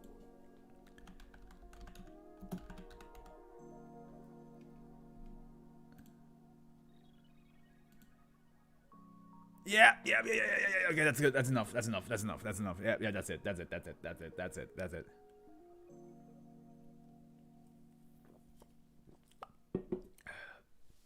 Yeah, that's the one. That's the one. Motherfucker, those things are nasty. I think that legitimately is my biggest fear. To get infected by one of these motherfuckers. Or if my pet gets infected by one of these. That's my biggest fear. It's one of the only things that will make me legitimately get goosebumps and shivers and just make my skin crawl and makes me like uncontrollably like seize up. That's the only thing. Like there's other things that's dangerous in the world and that I'm rightfully afraid of, but that's the only thing that I instantaneously would go like, no, just keep it any image, videos of that shit away from me.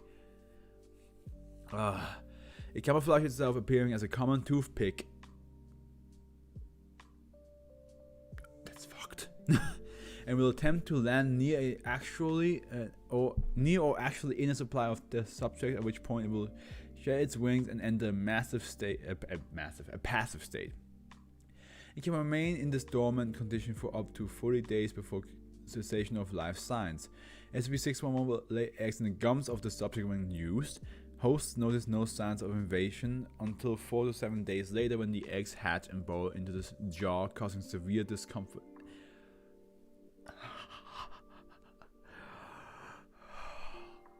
The larva causes sharp, continuous pain, and if left untreated can cause death by opening wounds for infection. The larva will eventually consume enough to enter a pupa stage unseen in other butterflies. Its body will harden and lengthen, eventually punching through the skin to the host. At this point, SCP-611 will take to the air and search for others of its kind with which to mate. The primary adult stage of SCP-611 life only lasts 72 hours at maximum, suggesting that there may be a larger presence of SCP-611 in blank than previously thought. SCP-611 appears to be hermaphroditic, with no discernible difference between male and female members of the species. This is largely unheard of for insects, adding to the suspicion that SCP-611 might not be a naturally occurring phenomenon. Yeah, of course not. SCPs are never... the whole point behind SCPs is that they're not natural. The highly specific nature of SCP-611's adaptation to an invention only in use for a few hundred years is also highly suspect. Further testing is recommended to determine if this is a natural cause of expedited evolution or a case of an engineered species. Incident Report 611-1. On blank 2000 proper sterilization procedures of biohazard 2 were not fully observed, and 3 members of SCP-611's enclosure escaped containment. 2 were discovered tapping against the enclosure's glass observing room, apparently attempting to rejoin, but the third was not discovered until it had already made its way to break room 13. The subsequent population generated by the initial infestation caused blank deaths and over blank cases of severe mandible trauma. SCP-611 was subsequently relocated to a lower level with no break rooms or mess halls to limit possible accidental exposure. Individuals who suspect a possible breach should immediately report to Dr. Blank for oral examination and anti-parasitic treatment. This one made my skin crawl, dude. This one, I just hate butterflies. I hate them. The whole idea behind them. Why do they exist? Why is that a thing that we have?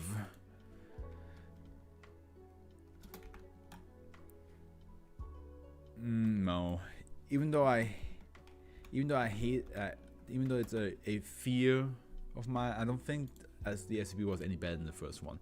I think the first one was really strong, a really strong start, and this one is just really like strong because of my hatred towards botflies. But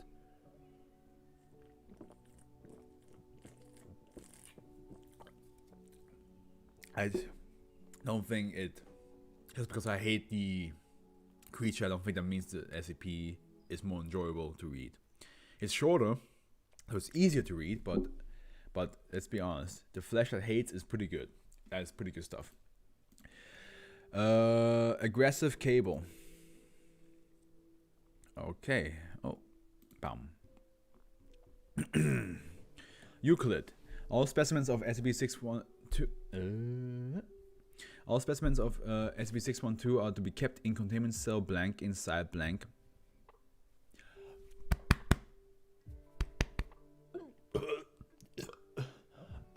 There it is. Excuse me.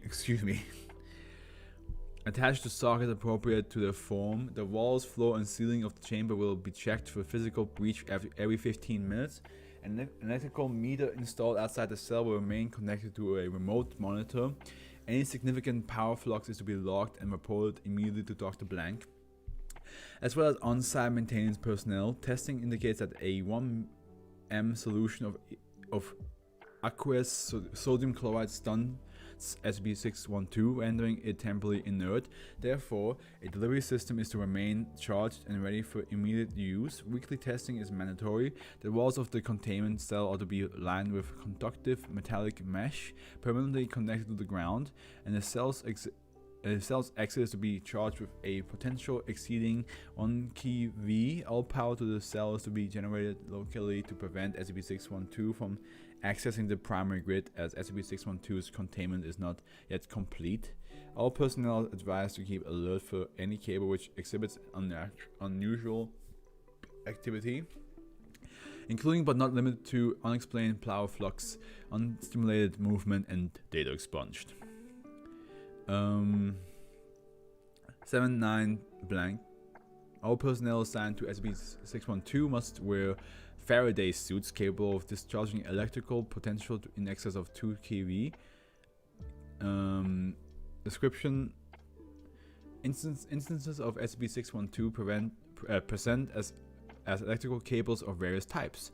Any variety of cable can potentially play host to SCP-612, but its preferred method of attack leads it to favor power and network cables.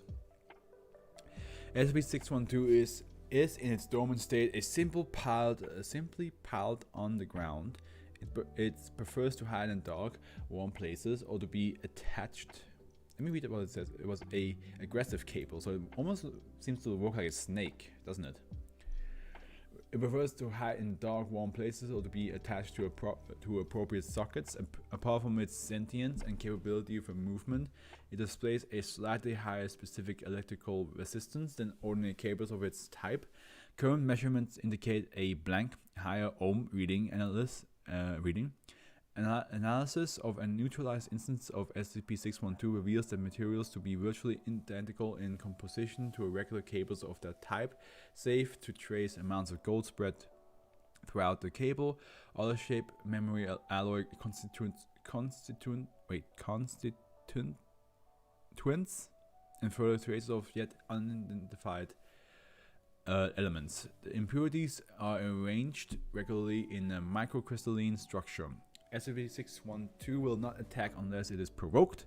However, SCP-612 interprets any attempt to move it harshly to be provocation, regardless of intent. If such a movement attaches SCP-612 from its socket, should it be attached to one, SCP-612 becomes rigid, swaying in the air before lunging at its attacker, suffocating it in the manner of a constrictor.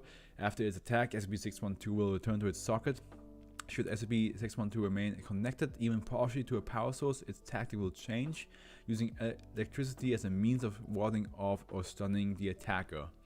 Network cables hosting SCP-612 have a much different result. See Incident Report 612-1. Testing shows that even when connected to a standard US power socket, SCP-612 is capable of unleashing a charge in excess of blank kV. It is currently unknown how SCP-612 accomplishes this, but preliminary research suggests that it is related to its unusual internal structure, specifically data expunge, thus storing charge.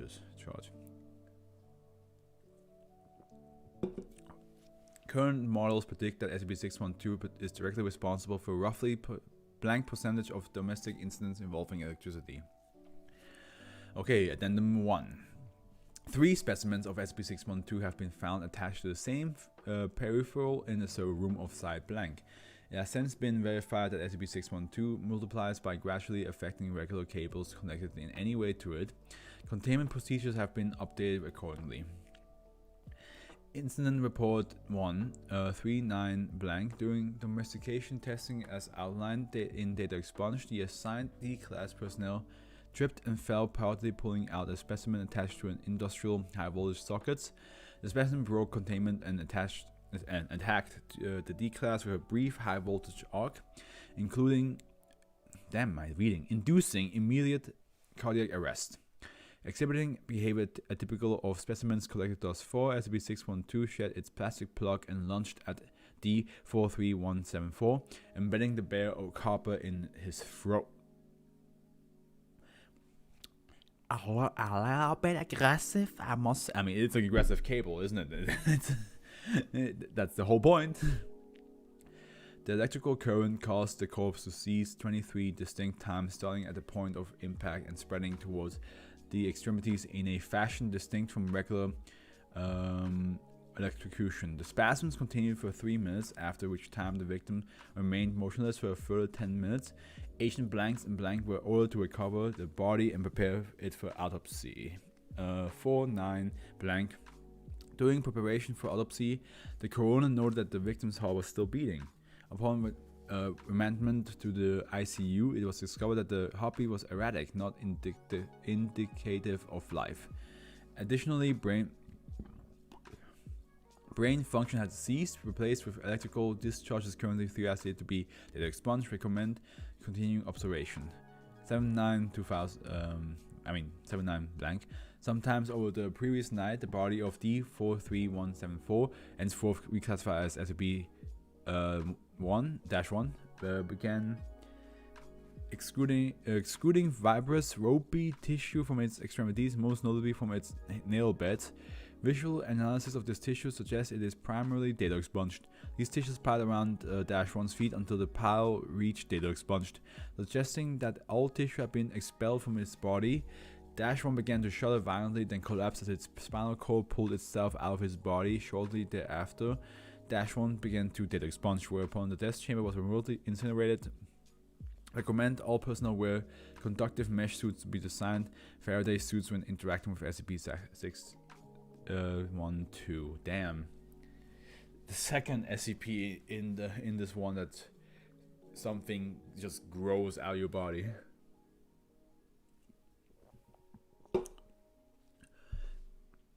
Addendum 2. A favorable reaction from the SCP has been obtained by stimulating it with physical contact coupled with electrical signals at a frequency of 1 to 4 Hz, akin to delta waves of deep sleep. The SCP appears to move in a vaguely swaying, calm manner, responding with brushing the contacting subject. Furthermore, signals peaking at 200 MV and resembling the pattern of muscle signals in the nervous system has been registered at the end of the cable. Analysis of additional underlying signals is under the study. It might be useful to investigate the possibility of data expunged for exploitation. In this regard, please read interview SCP-612. So here we go, interview SCP-612. Interviewed SCP-612-47C. Interviewer, Dr. Schubert. Forward. During routine communication tests, Dr. Schubert suggests that the use of Morse transceivers with a positive response instrumental in determining the SCP's nature. The SCP instance is a cable from the phone network of Redacted, New Mexico. Okay, here we have the Morse code. All of the following has been decoded and translated from French. The original Morse code recording is available for analysis in digital format.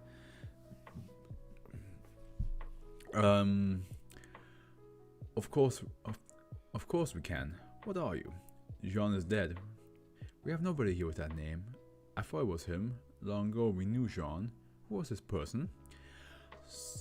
How do I make a cable sound like somebody long ago? He talked to me like he did now. He taught me to listen to what I'm trying to give like a almost like as if a person got shocked.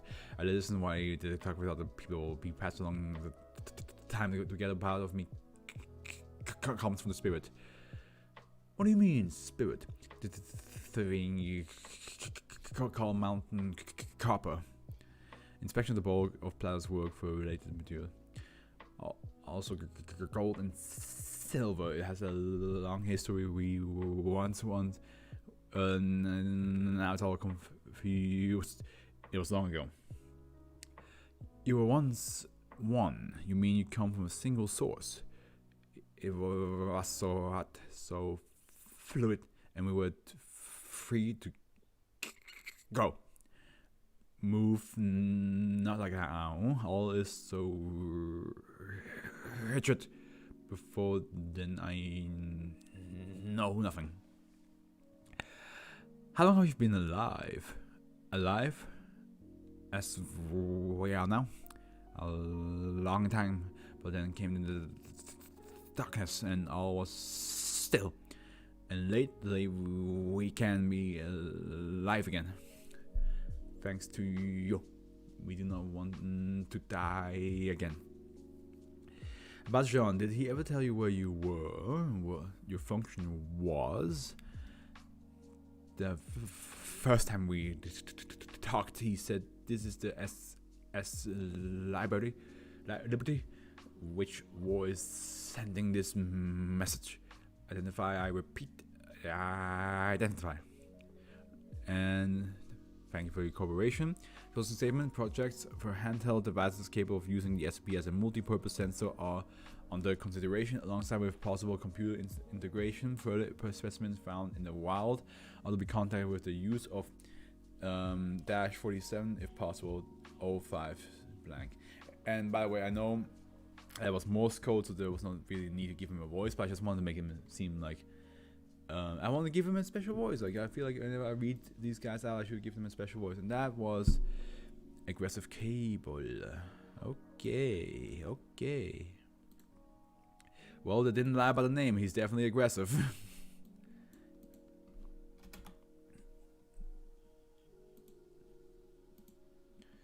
Wonder Bread. Wonder Bread is next. Man, 3 Euclids in a row.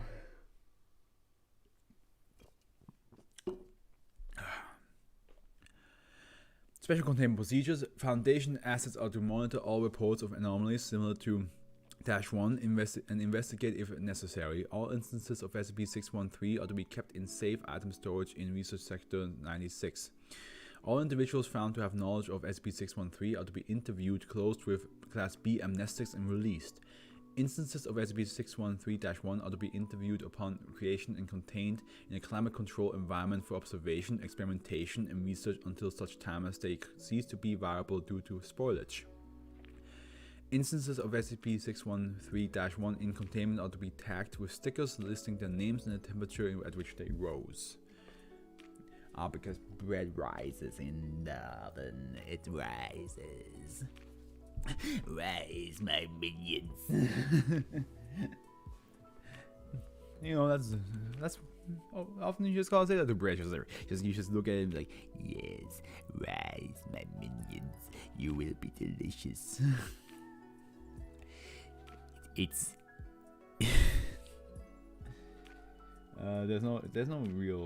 there's no word that rhymes with trees and bread wise, right? It's yeast then. SCP-613 is a piece of blank brand pad paper showing a handwritten recipe for a normal loaf of wheat bread and the words "Wonder Bread recipe. Please refer to this paper for optimum results." There are present 10 instances of SCP-613 in Foundation custody. All instances of SCP-613 are identical. The recipe is completely identical to other common recipes for regular loaves of wheat bread.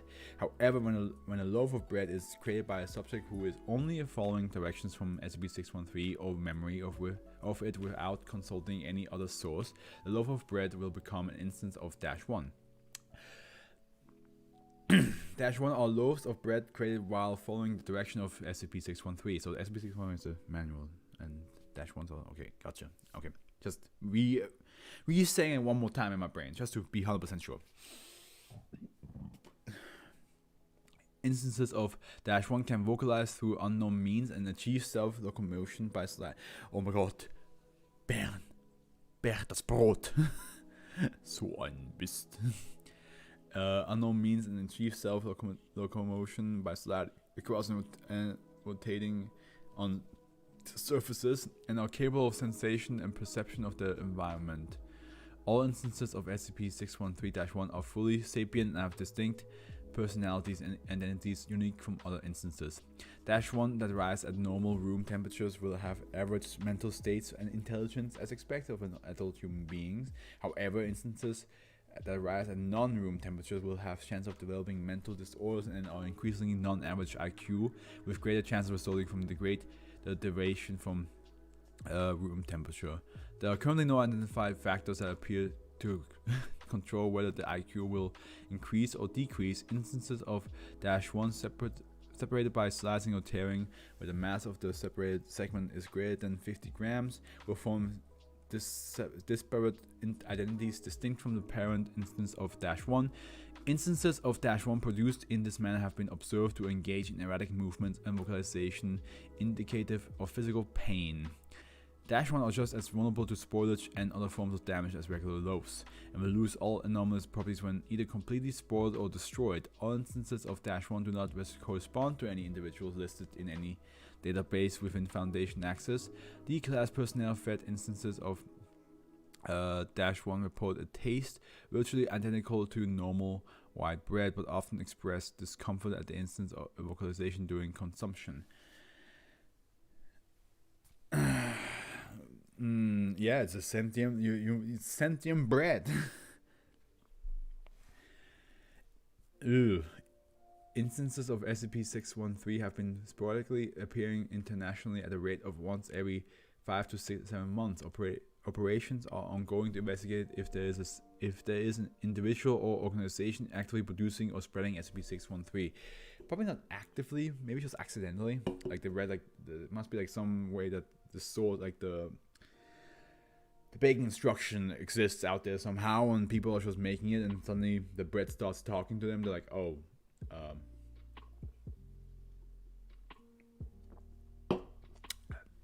now what? Spend 2 hours making you, and now you tell me I can't eat you because it hurts. Recovery. SCP-61. Wait, hold on. Yes. 613 was first observed during a baking fair in Wisconsin, where one baker was reportedly selling living bread to customers, prompting MTF blank blank to take action and retrieve the object, interrogate the person producing -1, and those all involved with Class B amnestics. Since then, more instances of SCP-613 have appeared internationally in possession of various individuals with avid interest in baking. All individuals in possession of SCP-613 instances have refused to reveal where or how they acquired them, or claim to have no knowledge of such. That could be because maybe whoever is out there also has amnestics and got their mind changed to think that they just got this randomly from a shop.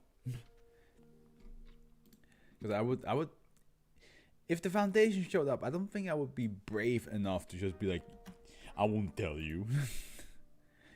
You gotta get that information. You gotta pay for that information. Like, you know what I mean? Like I'll be like, something tells me that they mean business. Wonder bread, that was. Okay, now we have IP address 57.32.blank. Okay, here goes.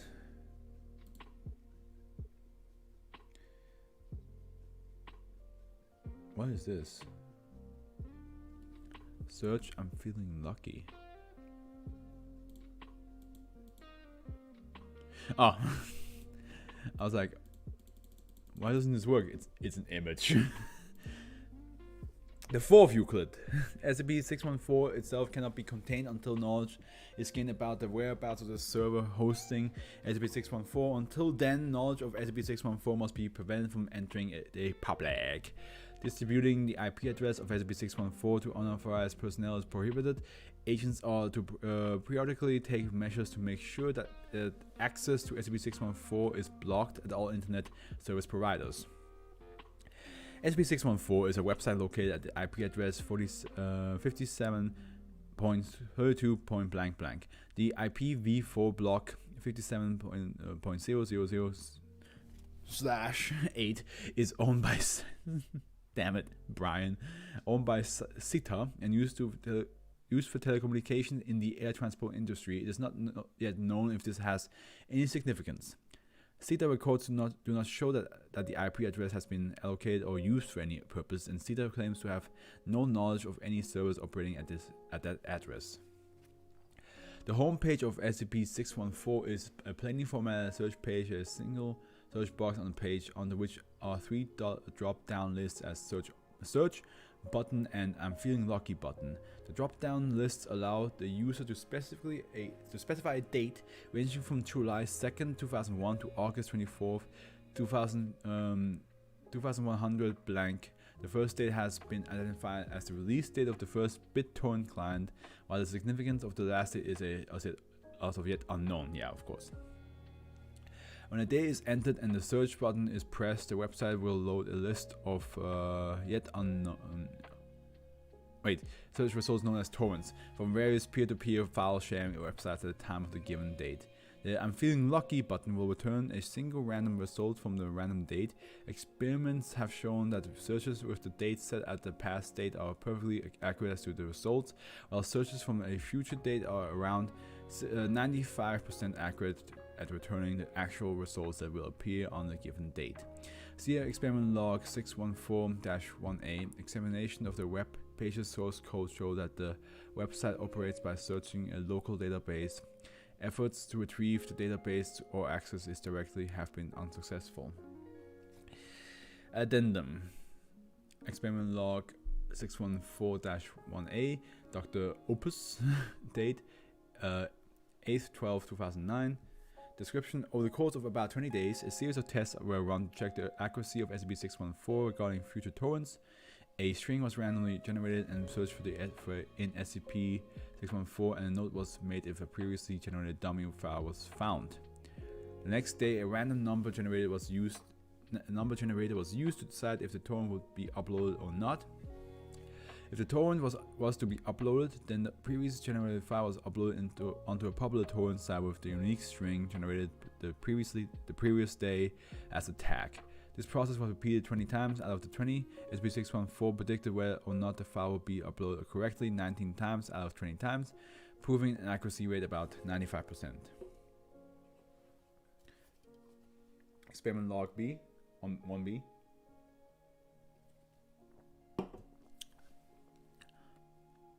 Um, 23/2009, I'm sorry. Dr. Opus, an unreleased movie titled Redacted, was searched for in SCP-614 and downloaded.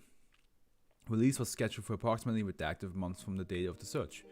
Movie was viewed by research personnel. Upon release of Redacted, the movie was acquired legitimately and viewed again, side by side with the previous downloaded movie. While the plot remained the same, several changes were noted in the final movie, such as the removal of the secondary character and addition of a scene.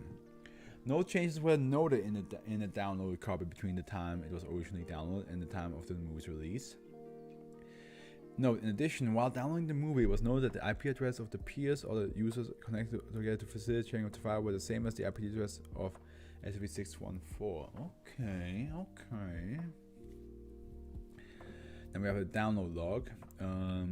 Date that site was accessed 2/20/2011. Date entered into the site blank 2030 blank. Search terms: SCP files downloaded WikiLeaks SCP 2000. Well, 200. I guess I don't know.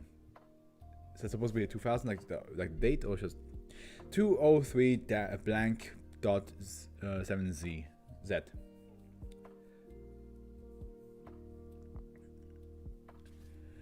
The entire collection of Foundation documents are uploaded by the WikiLeaks organization. Some anomalies and inconsistencies with current documents were found, such as the inclusion of previously unknown SCP blank, the listings of SCP blank and blank as decommissioned, and data expunge of SCP blank.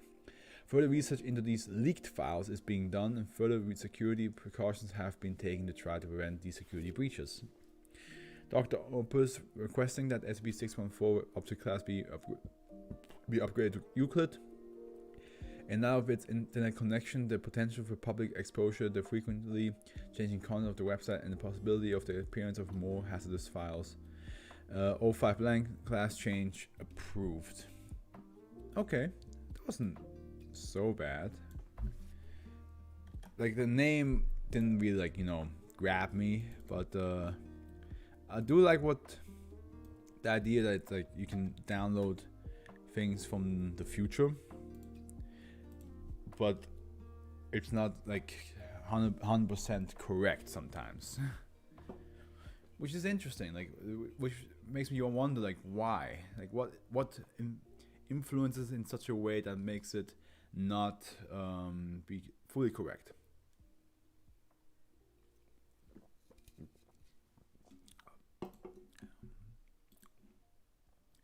Now we have Stick Blob. I'm always glad to see, like, after reading such a long one, that there's a bunch of shorter ones. Another Euclid. Oh my god, it has been nothing but Euclids now. SCP-615 is to be kept in a secure enclosure constructed of inorganic materials. Under no circumstances is organic matter, especially plant matter, to be allowed within SCP-615's enclosure without the approval of a Level 4 researcher. For safety reasons and because of SCP-615's aggressive and territorial nature, personnel are not allowed to enter the enclosure without a security detail armed with incendiary weapons. I gotta check something real quick.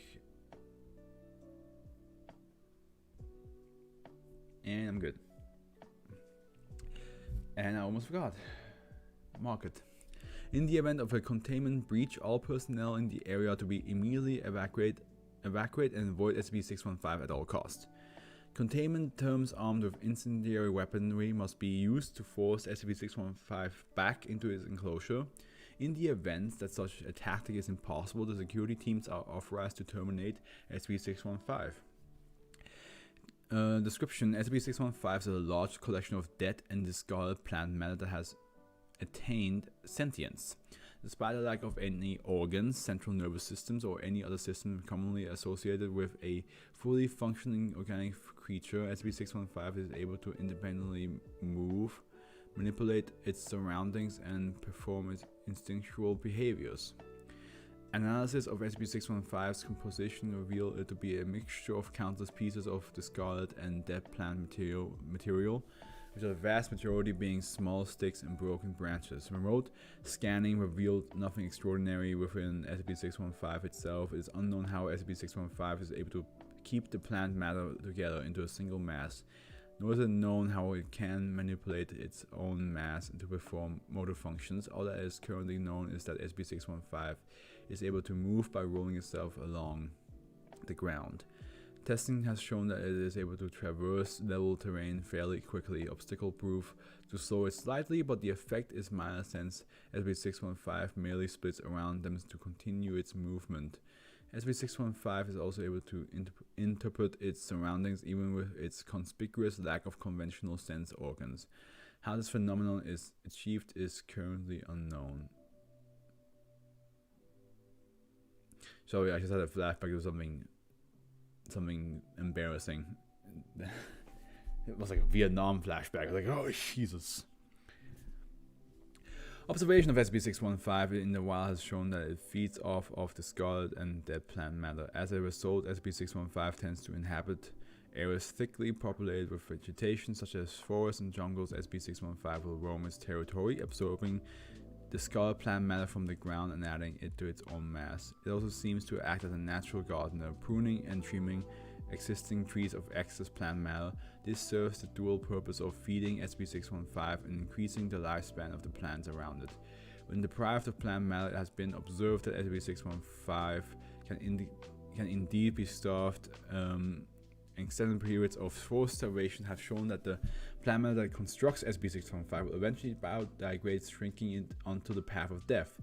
If overly fed, SCP-615 will reach a stage of critical mass where it grows too large to support itself. That's a problem. And you gotta shave some bits off. This provokes a reproductive response where SCP-615 will separate itself into multiple small entities capable of acting independently from each other. That's not the solution. That's when the Foundation should be like, don't let that happen. Don't let him do that. In terms of behavior, SCP-615 is no different from any other territorial organism. Oh, that's great. A giant plant blob that just sees you and is like, I'm gonna roll over you. It will commonly patrol a several square mile around and will aggressively attack anything that attempts to intrude into its territory. Though SCP-615 is quite easy to avoid and outrun, it displays devastating strength and savagery if it manages to catch its quarry. SCP-615 attacks by completely engulfing its target and contracting its mass, crushing or suffocating the target. Lab tests as well as eyewitnesses reports have shown it is easily capable of crushing large trucks if it is of sufficient size. Due to the nature of its composition, SCP-615 is extremely flammable, making incendiary weaponry the items of choice to combat it. SCP-615 is seemingly aware of this and shows a marked aversion to open flames. It will attempt to avoid fire at all costs, making containment relatively simple. Okay. SCP-615 was found in the Blank Forest after it was caught disrupting logging operations there. Reports of missing loggers and destroyed logging equipment eventually tipped off the Foundation that these incidents were more than an animal attacks. A Foundation scouting expedition eventually encountered SCP-615, suffering several casualties in the process, and more specialized task forces sent in and managed to herd SCP-615 into containment with the use of flares and torches. Oof. Stick blob. That's why it's called stick blob, because it's made out of branches and leaves and all that stuff. Okay. Yeah, I think.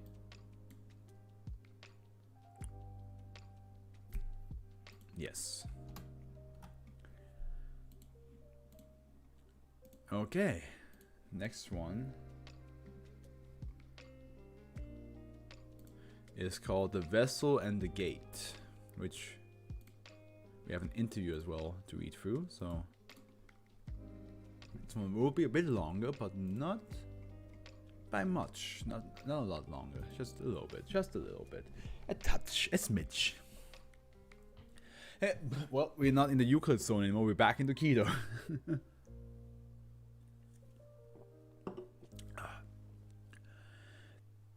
SCP-616 is to be kept inside redacted. While grounded, repair personnel of a clearance level of 2 or above are allowed to enter the craft and must conduct a thorough pre-flight inspection to ascertain that SCP-616 is ready for flight. However, repair personnel are to maintain a distance of at least 3 meters from SCP-616-1 on flight days. Only ordained and believing ministers of an Abrahamic faith with security clearance level 4 or above may enter the aircraft. And must remain at least 0.954 meter, 3 feet 1 inch from the threshold of -1 at all times whilst the craft is grounded. -1 should be kept from closing at all costs once activated. This necessitates a monthly manned flight. Failure to keep -1 from closing will require initiation of procedure 600 or 600 Shoki. Shoki. Each flight, 7 archbishops ordained and believing in an Abrahamic faith must surround -1. Prayer directed at -1 is to be sustained during the whole duration of the flight, usually 3 to 7 hours. Prayer must be sustained by all able subjects, but once -1 has activated previously establishing distance, restriction no longer applies. Subjects are in fact encouraged to try to physically stop -1 from closing, though extreme caution must be taken to keep any personnel from falling through the threshold as that will likely result in data expunged. In addition, one Foundation agent training in flying commercial aircraft is to pilot SCP-616 through a pre-designed flight path and must be able to maintain radio contact and information of events in SCP-616. Under no circumstances is the pilot cleared to approach -1 once flight has begun. All personnel should be supplied with any religious paraphernalia they request before flight time.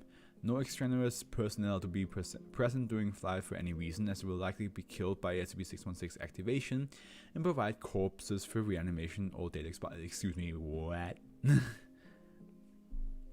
You can't just tell me you gotta pray to an aircraft and if you don't do it, you become a reanimated undead creature.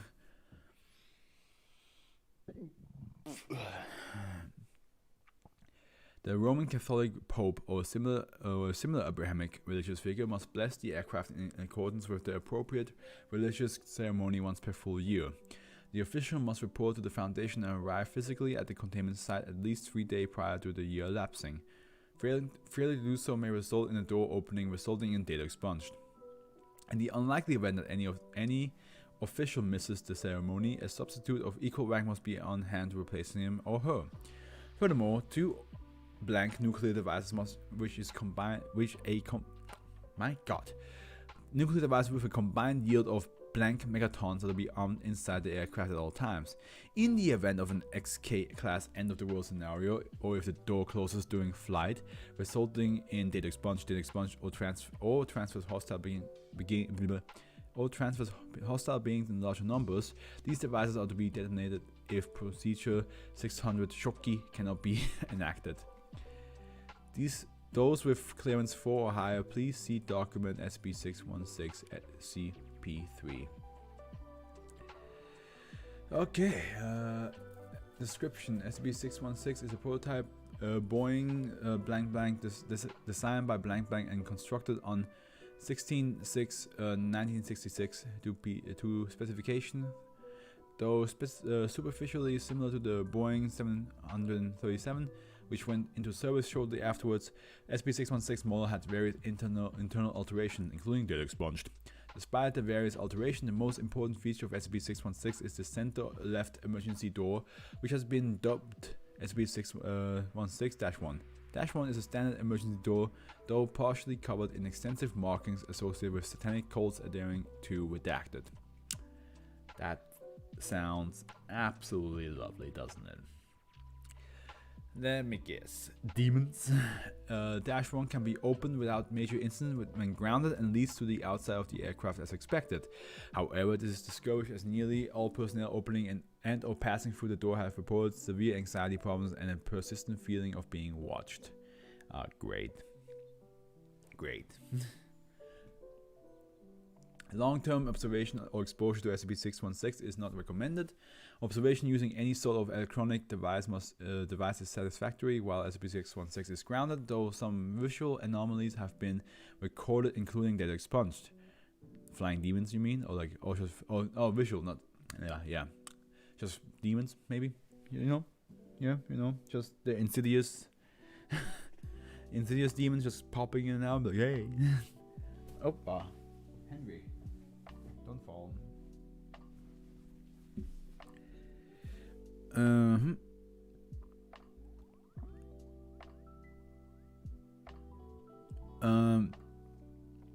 As such, it is advised that personnel known to have high tolerance to disturbing imagery be assigned to observation duty and work no longer than 3 consecutive days. All personnel involved in the repairs, observation, operation, or flight of SCP-616 must submit to psychological evaluation after each period of exposure. -1 will autonomously open once every 30 days and begin to close. This event can be considered the activation of -1. The speed at which -1 closes is highly dependent on SCP-616 altitude, velocity, and data expunge. It should be timed so that -1 opens in mid-flight at an altitude of approximately 10,972 meters and a speed of about 780 kilometers per hour. Failure to properly time this event is catastrophic, since -1 closing fully while grounded could affect all life forms within an unknown radius, causing potentially hundreds of data expunged. Posing severe threats to population centers and requiring immediate use of Procedure 600 Shoki. Please see document SB616 DE2 for further information on data expunged and effective means of termination. Once -1 spontaneously opens, cabin pressure will destabilize and expected and extreme turbulence is encountered. At various points during the flight, all present personnel may feel as if SCP-616 is quickly falling. Though it has been ascertained that SCP-616 remains in relatively stable cruising and conditions during all times, including during the time of these events. -1's opening may cause certain individuals present to suffer fatal heart attacks or data expunged. Corpses with an undamaged larynx present within SCP-616 once -1 activates seemingly reanimate for the duration of the flight. The corpses remain largely immobile and as such pose no physical threat, but are capable of speech. These speaking corpses should be terminated if possible, as their speech poses potential psychological dangers as well as enable -1's closing via data expunge. The language spoken by these reanimated corpses remain unidentified. Maybe some ancient form of Latin.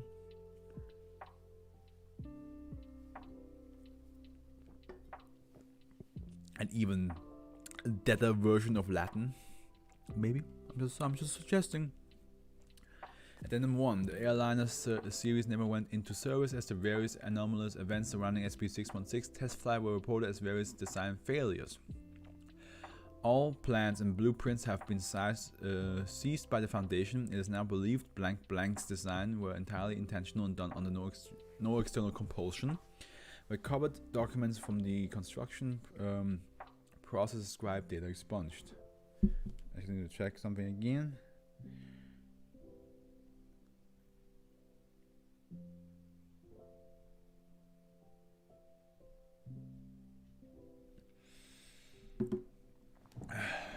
Then 2. On blank, a remote controlled robot obtained footage from within -1. All personnel who viewed this footage directly committed suicide by various means within a 2-month period. A security tape of the video with the recording playing did not cause any death despite containing full sound and color recordings of the footage. It displayed a video of a small child violently being expunged within a dark red room. All further attempts to observe past the event horizon have yielded similar results, and such expeditions are no longer permitted. Interview logs pertaining to SCP-616 are available in document interview 616-AM. Let's see this. Subject was only surviving passenger aboard the flight that brought SCP-616 to the Foundation attention. Here we go. Gotta give voices again. Dr. Glass. Do you want some water before we continue, or perhaps something to eat? I know you had a long day. I keep a few snacks here on my desk if you'd like something. No, nothing. All right, go on then. What happened during takeoff? Nothing at first. Everyone was excited, you know. Blank promised us we'd be able to witness data expunged at last, and we believed him. Then Blank stood up and we all started singing, and everyone was cheering with excitement when the door flung open and it started. Go on, be specific. The screaming started. It was just sort of normal at first. The oxygen mask dropped down as the air started rushing out and everything started swaying. The lights went out, and just then, but it wasn't dark. There was light coming from outside from the door. I see, but I understand the flight took place at midnight. No, it wasn't natural light. It was this haze of red, mostly colors, but they weren't colors. Everyone started screaming for real, and a bunch of people started bleeding and going limp, but they started speaking in unison. They were the chosen, but I wasn't among them. Subject covers the face with hands. I don't know what they were saying. They were chanting it, but people were still screaming. I was screaming, and Blank was yelling something at the open door, and then Blank got up, walked up to the door, and he jumped. He jumped out of an airplane.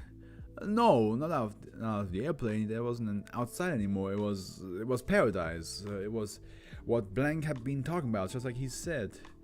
That's when the angels came. I couldn't see very well. I was in the far back, but suddenly lots of people got up and the screaming mostly stopped and the chanting got louder, and I was still yelling, and Blank was still yelling something, and then more angels came, and angels everywhere. Angels, and they ripped and harvested, but the harvester kept speaking, kept chanting, just like Blank said. And there were hands, so many hands. pushing me towards the door, and an angel ripping and harvesting around me, and I wanted to get away. I ran towards the door, but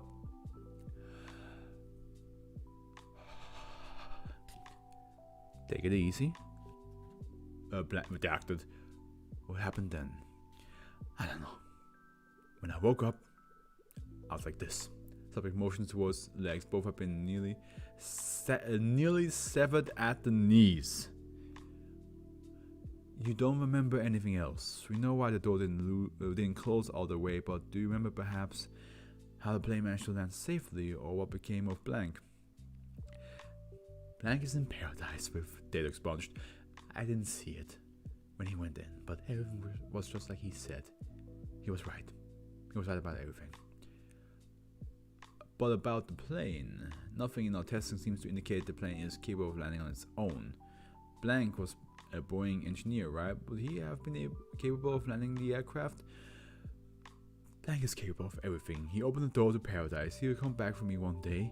I know he will. One day. One day. When I'm worthy, he will. Whoa. Ugh. Don't. No. No. Imagine like the door opens and some creatures walk in, just tear you from limb to limb, and people just either are already like unconscious, but they just keep talking. And now this person is like, oh, I wish I could go to paradise. Like, if I was in her or him, I don't know, shoes, I would just be like, I don't want to go back to that plane ever again. I don't care if that plane explodes. Partial log of interview M. Subject was on board on the Foundation's 5th manned flight of SB616 and the first flight with no occurrence of data expunged. Okay, Dr. Sanders. Very well, Father. Please continue. I hadn't so much as done an exorcism before, you know. I mean, I believed in evil, and I knew what must exist, but I never thought what happened after the door opened. We kept praying. I had my eyes closed. I was terrified of being sucked out. I felt the fires, the heat and sulfur of hell. The heat was immediate, the smoke almost suffocating. Father Redacted clutched his chest and fell over, and I almost went down to see if he was okay, but I knew I had to keep praying. The plane started shaking and I could barely stand up. We were all just standing there praying so hard. What did you see inside the door? Nothing. It was just blackness, but there was this sort of light that spilled out. Or maybe more like glowing smoke. It's hard to describe. What happened then? Well, Father Redacted started speaking. That's really when I knew everything you people had told me was true. His dead body was possessed. It was speaking in tongues. We just kept standing there praying we were right, that everything you told us was true. And that we could keep this door from closing, but it looked like the door was still closing slowly and we didn't know how long we were supposed to last. Then that was when Father Bishop Redacted walked up to the door and started pushing it back. It worked. We all joined him. Did that stop the door from closing further? Just for a bit, yeah. But then it started closing again and we kept pushing back and praying, but it was hard. I was afraid I was going to fall out. The plane was shaking so much and the lights flickered, and Father Redacted was still there on the floor looking up at us with cold eyes, chanting in some hellish tongue. I'm told the whole thing lasted 4 hours, but it felt like forever. I don't remember it much except the falling. Near the end, it felt like the airplane was crashing. I thought we were all going down. That was the end. It's like when you were going down in a really fast elevator, but worse. Everything was shaking, and it felt like I felt this abyss below me open up, and we were all praying. And I was pushing against the door so hard my hands were bleeding. Then it all stopped, just like that. Bishop Redacted fell out through the door. Then out in the real sky. I think he must have been exhausted. A man his age. He saw the clouds and just smiled and stopped holding on for a second. Just fell. Nothing we could do. We heard the pilot telling us through the PA that we could close the door now and to take a seat and put on the oxygen mask until we landed. This is intense. Imagine like your your colleague is just on the floor with like black eyes, just like looking at you, like, and just doing that all the time, I'll be like,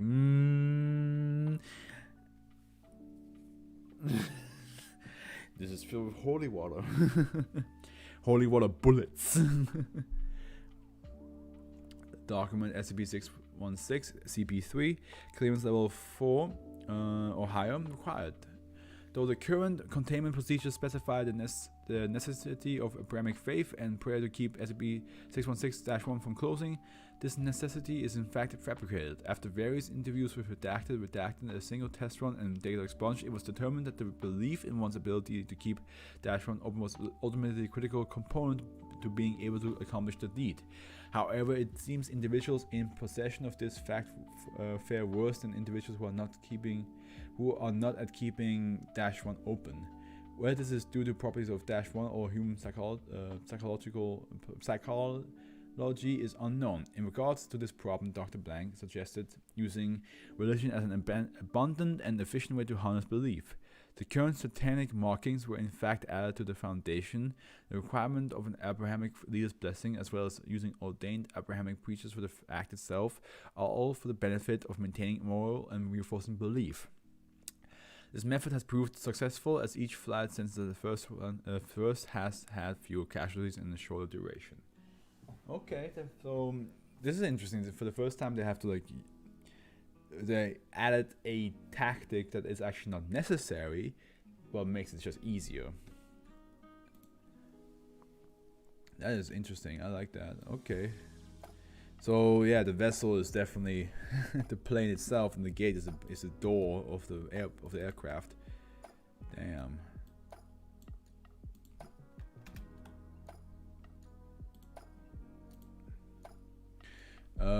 Next one is called Pet Rocks. We have 3 left to go through, and this one has I'm gonna go to the bathroom real quick, and then to get myself some water. Be right back.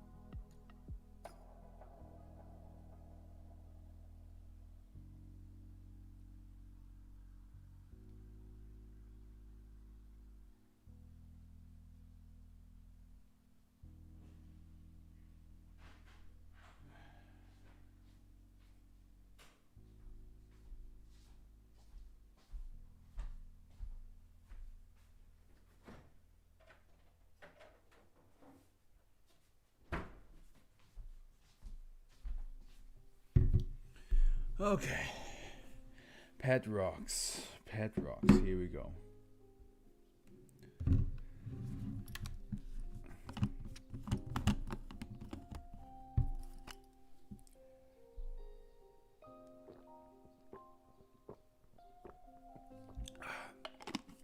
SCP-617 is to be kept a soundproof container at all times. When in the storage, SCP-617 must be kept in its soundproof containment cell and its mouth kept zipped at all times, except for experiments and scheduled feeding periods. All personnel entering SCP-617's containment area must wear hearing protection devices as a precautionary measure. SCP-617 cannot be taken from its containment cell without approval from a Level 4 researcher and must always be kept within its secure container when being moved. In the event of a containment breach, SCP-617 must be retrieved by personnel with proper hearing protection. The entire sector must be locked down, and all personnel thoroughly searched until SCP-617 is contained.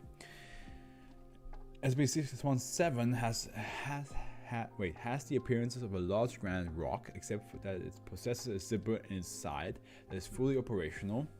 When unzipped, SCP-617 is shown to possess a mouth with teeth that appears similar to in appearance and construction to human teeth. No. The idea of a ginormous like a large granite rock that just has human teeth. No. X-ray and MRI scans of SCP-617 appear to be unable to penetrate its stone exterior. By the way, what is this? Is this Euclid? It's still back to Euclid. God damn it. Penetrate stone exterior. Similar tests to try and probe SCP-617's internal systems have likewise proven inconclusive. SCP-617's mouth is fully functional and can vocalize sounds as well as be used to consume food. SCP-617 is also capable of limited movement, being able to roll around under its own power. However, yeah, here it comes. SCP-617's most disturbing aspect are its parasitical tendencies as well as its ability to influence human behavior. In what way? Tell me. In what way am I going to be traumatized today? In addition to being able to speak, SCP-617 can generate a low-frequency sound that allows it to exert subliminal control over any human that hears it. Humans affected by SCP-617 will become emotionally attached to it, treating it as a pet and actively caring for it to be best of their ability. As long as they are affected by SCP-617, victims will make SCP-617 care a priority, giving it a home, protecting it from danger, and most importantly, making sure it is well fed. And what does it eat? What do you eat? What do you eat? What do you SCP-617 has an active digestive system and sustains itself on a diet primarily consisting of fresh meat. Doesn't matter where the meat comes from. Doesn't matter where the meat comes. Tell me! Since it's unable to obtain food on its own, SCP-617 persuades its owner to gather food. The owner will then resort to any means to feed SCP-617. Recorded instances have shown that owners are willing to slaughter livestock and other pets to feed SCP-617, and will even resort to murdering other human beings. Yeah, of course. Yeah, I fucking knew it. In times of desperation, it is not uncommon for the owner to feed parts of themselves to SCP-617. That's when really the violent, unpredictable behavior exhibited by owners while obtaining food is believed to be a side effect of SCP-617's subliminal manipulation, which directly affects areas of the brain believed responsible for rational thought.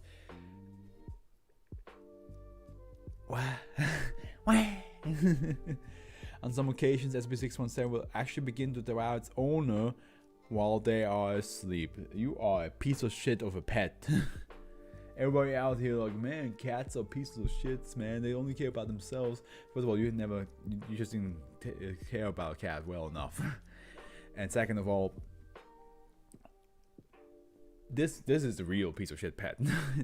This is a true abomination of pet.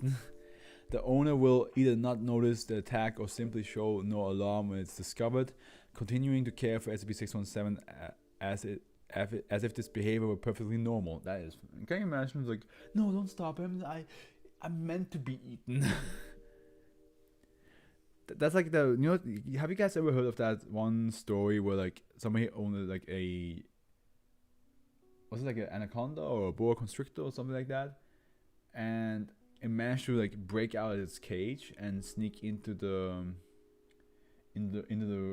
bedroom, and when the owner woke up, it was laying next to it, like fully stretched out. And since that's kind of odd for he thought the snake was asleep, So it was kind of odd for to have a snake being fully stretched out, because snakes usually sleep by being coiled up and keeping all the warmth in one spot.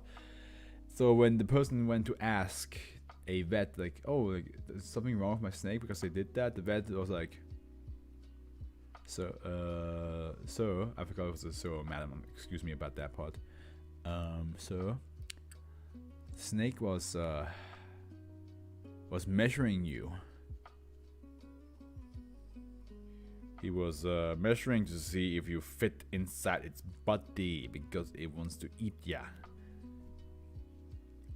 Now imagine that scenario, but the person that gets told this goes like, well, if he wants to, he can. And you're like,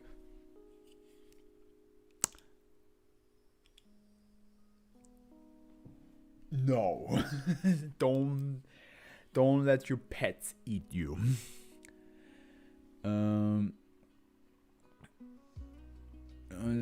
However, once the owner is separated from the low frequency sound SB617 produces, they will eventually begin to recover from this effect, though victims are still vulnerable to relapse if exposed to SB617 again. That is messed up. Does that mean this rock is big enough to devour a human, like full on, like how does it work? Does it like eat, like, is it like big enough to fit your whole legs in it, or is it just big enough to eat a foot and then it just ends up just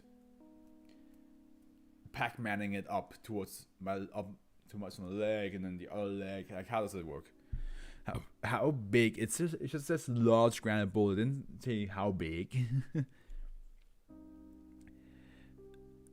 Further research has shown that zipping up SB617 completely neutralizes its ability to produce any sound.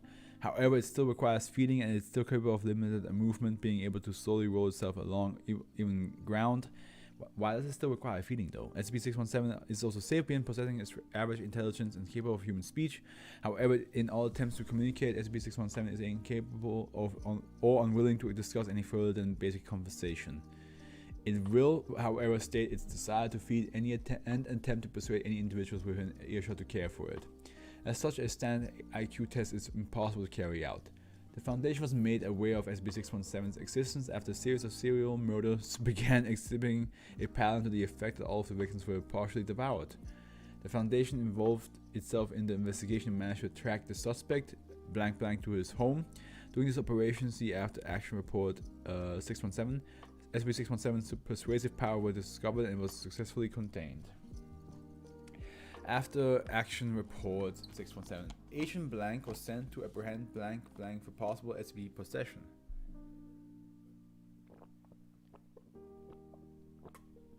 However, all contact was lost. A Foundation armed response team was sent to investigate. They discovered that Agent... let me just check something real quick. Yes, good. They discovered that Agent Blank had become hostile and initiated a confrontation. Both Agent Blank and Blank were killed in the ensuing gunfire, with the response team suffering 3 wounded. At this point, a psychic or mimetic factor was suspected, and the response team was ordered to stay back and form a defensive perimeter. I always feel like I don't say that word correctly. Remote probing of the area revealed an anomalous low frequency and sound being generated. D-class personnel with hearing protection were able to recover SB617 and successfully contain it. Forensic analysis of Blank's home revealed that he had been in possession of SCP-617 for at least 6 months. During that period, he had systematically fed his entire collection of pets to SCP-617, slowly cutting them apart while they were still alive. When he had run out of pets, Blank moved on to humans, starting the string of serial murders that were initially investigated. An autopsy revealed a number of human bite marks on his body, with two fingers, 6 toes, and roughly 6 ounces of flesh missing. Dental analysis showed that the bite marks were perfectly matched for the SB617's teeth.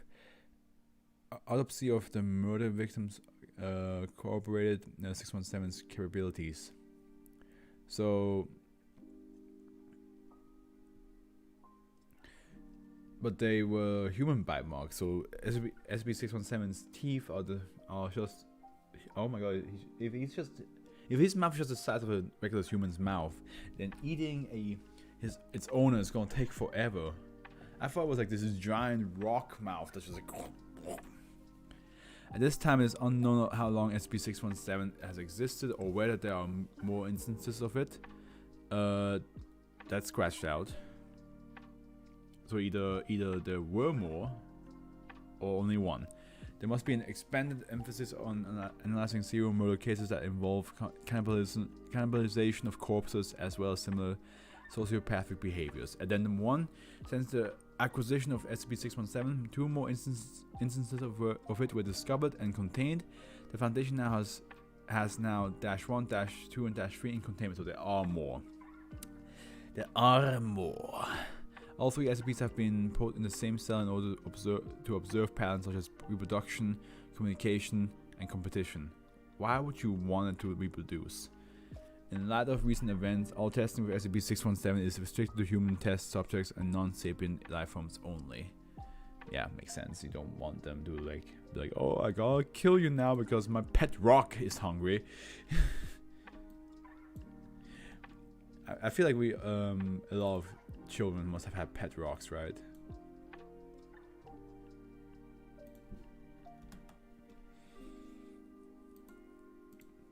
We're almost done. Spider on the wall.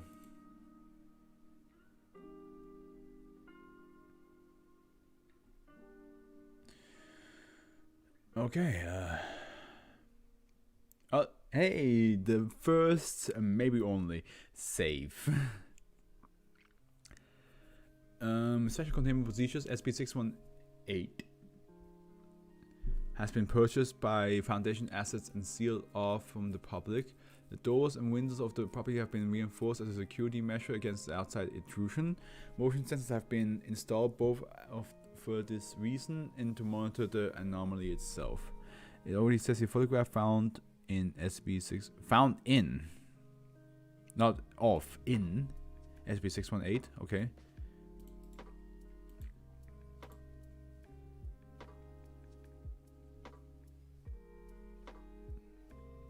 Oh yeah, this looks like interesting. So this is like above the ceiling. Like the ceiling's missing here, it seems. It's like almost like a set. And is that actually an actual person or? SB618 is one bedroom apartment unit in Kamloops, British Columbia. The suite displays signs of chronic disuse. Extensive dust and webbing accumulation are visible of the furniture. Housing records indicate that the unit belonged to Anna Leslerk, I guess. I hope that's how it says. Being said, how you pronounce it. Excuse me. A photographer previously employed by a Vancouver paparazzi agency prior to SCP-618's discovery.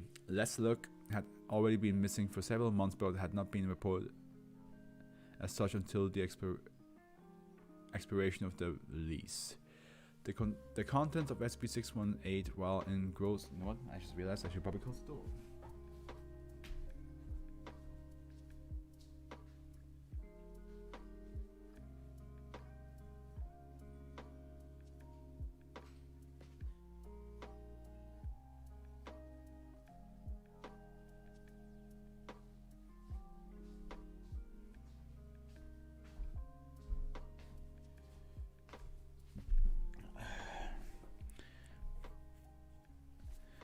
The content of this array are generally unremarkable. However, unusual alterations have been made to the kitchen oven.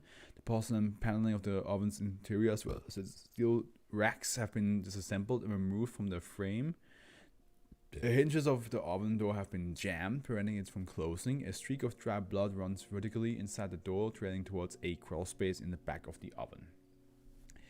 The crawl space serves as an entry point to SCP-618's spatially anomaly, a vast unit area that surrounds the apartment. From within this space, the walls of the apartment are completely transparent, allowing observers to view the interior. This effect only occurs on one side. The walls are opaque when viewed from certain angles or when viewed from inside the apartment. Wall-mounted objects, furniture, pieces, and other obstructive features also exhibit the same effect. A massive network of webbing hangs above SCP-618. These webs extend outward for an indeterminate distance, spanning kilometers without terminating. Suspended within the webbing are numerous photographs, each dated with a handwritten label. These photographs were very widely in content, but typically focused on SCP-618's previous occupant Anna Leslug as a subject of depiction.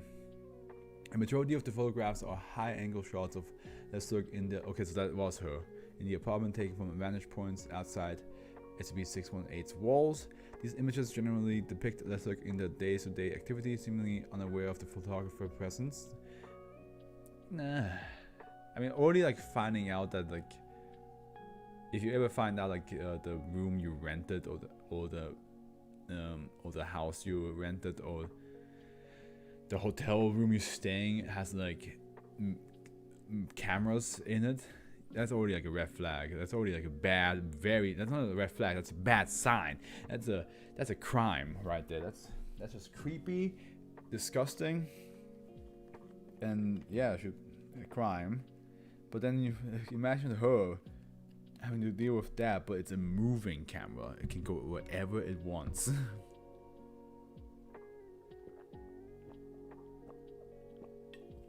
And not only that, it cannot be found because it's in the walls. It's not like a hole in the wall. It's just the walls look normal, but it's like in there.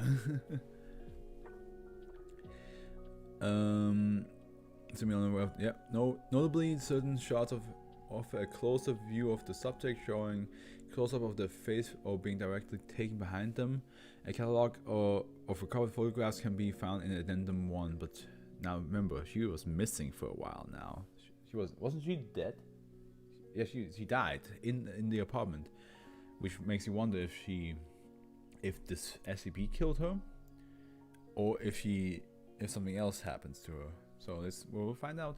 The exact number of photographs aside SCP-618 is currently unknown. However, trend analysis of the photographs marked dates indicate that at least several years worth of pictures are contained within the anomaly. An average of 50 to 100 photographs were taken every day, spanning an entirety of Leslug's stay up until their disappearance.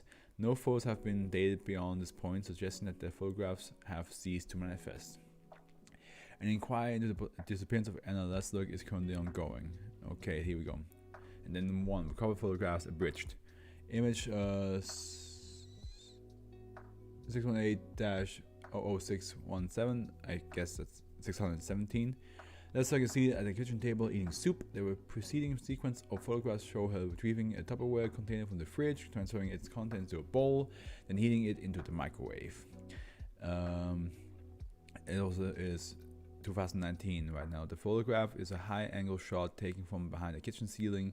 The hanging light fixture terminates it in front of the photograph's point of view, where the plane of the ceiling would normally lie. Yes, that's the one that we just see here, right?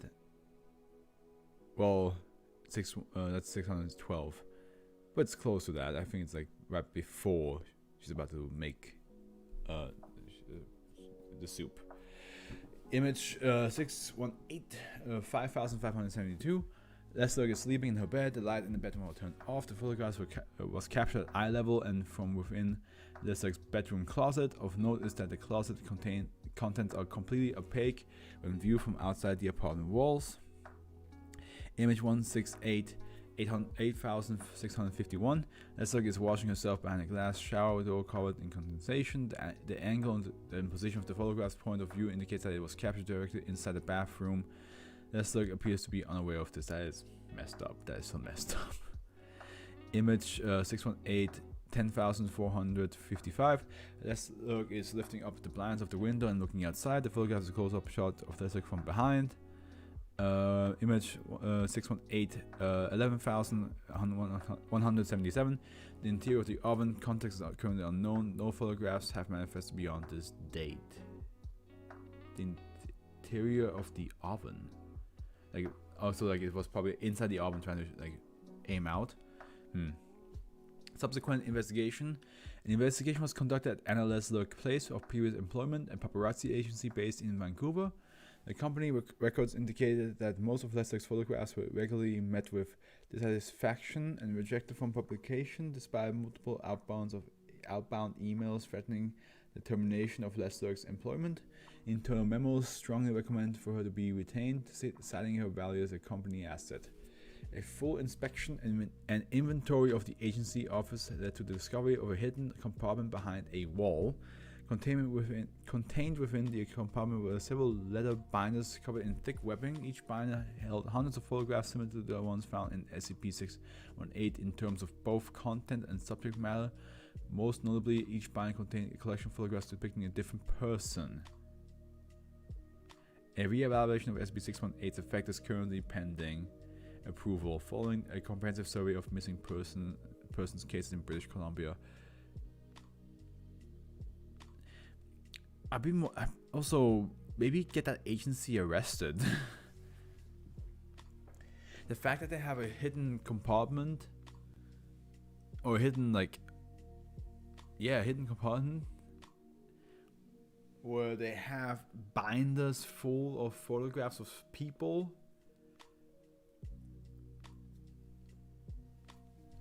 It's not good. It's just that person is a creep. Invasion of privacy and everything wrong with it. Like, just I'm just saying, maybe arrest that person and shut down the agency. Just me? Okay, sure. Okay, last one. Woof. This has been a long read, almost 3 hours. This one is called Lucky Jeans. Safe Impetus. SB619, excuse me, I'm getting tired now. It's almost midnight. It's currently housed in storage locker 15A2 at Site 21. Currency retrieved from SCP-619 is to be kept in storage locker 15A3. Testing on SCP-619 has been suspended. SCP-619's right pocket has been stapled shut. Should testing on SCP-619 be reinstated, access archive document 619T for testing procedures. Description: SCP-619 is a pair of faded Levi brand stonewash jeans manufactured in 1995 with several stains and tears throughout apparent use. The item shows no unusual physical properties, however it does not correspond to any style of jeans producing by Levi Strauss & Co. Whenever a person puts their hands into SCP-619's right pocket, turning the pocket inside out or moving it from SCP-619 negates its anomalous properties. Damage to SCP-619 may be repaired with conventional materials without altering its anomalous properties. Okay. The pocket will contain 2 US $1 bills and between 2 and 5 US dimes. All pieces of currency retrieved this way have been marked as being printed or minted between the years 1969 and 2018. Requests to introduce a change to US currency to test this potential temporal anomaly have been denied, and show varying amounts of wear and tear. For bills printed before the present day, serial numbers have been matched with those of bills that should have been circulated. Due to the frequency with which currency is lost or ignored, the source of currency retrieved from SCP-619 is unknown. In approximately 4% of all the trials in which currency is removed from SCP-619, an activated dye pack will be tied to one of the bills with twine. The explosion, which produces temperature in excess of 400 degrees Celsius, that's hot, and releases dispersed red 9 dye, may burn the subject and has caused damage to SCP-619 on several occasions. In addition, 6% of all trials, a lit match will be present. The manufacturer of both the die packs and matches varies.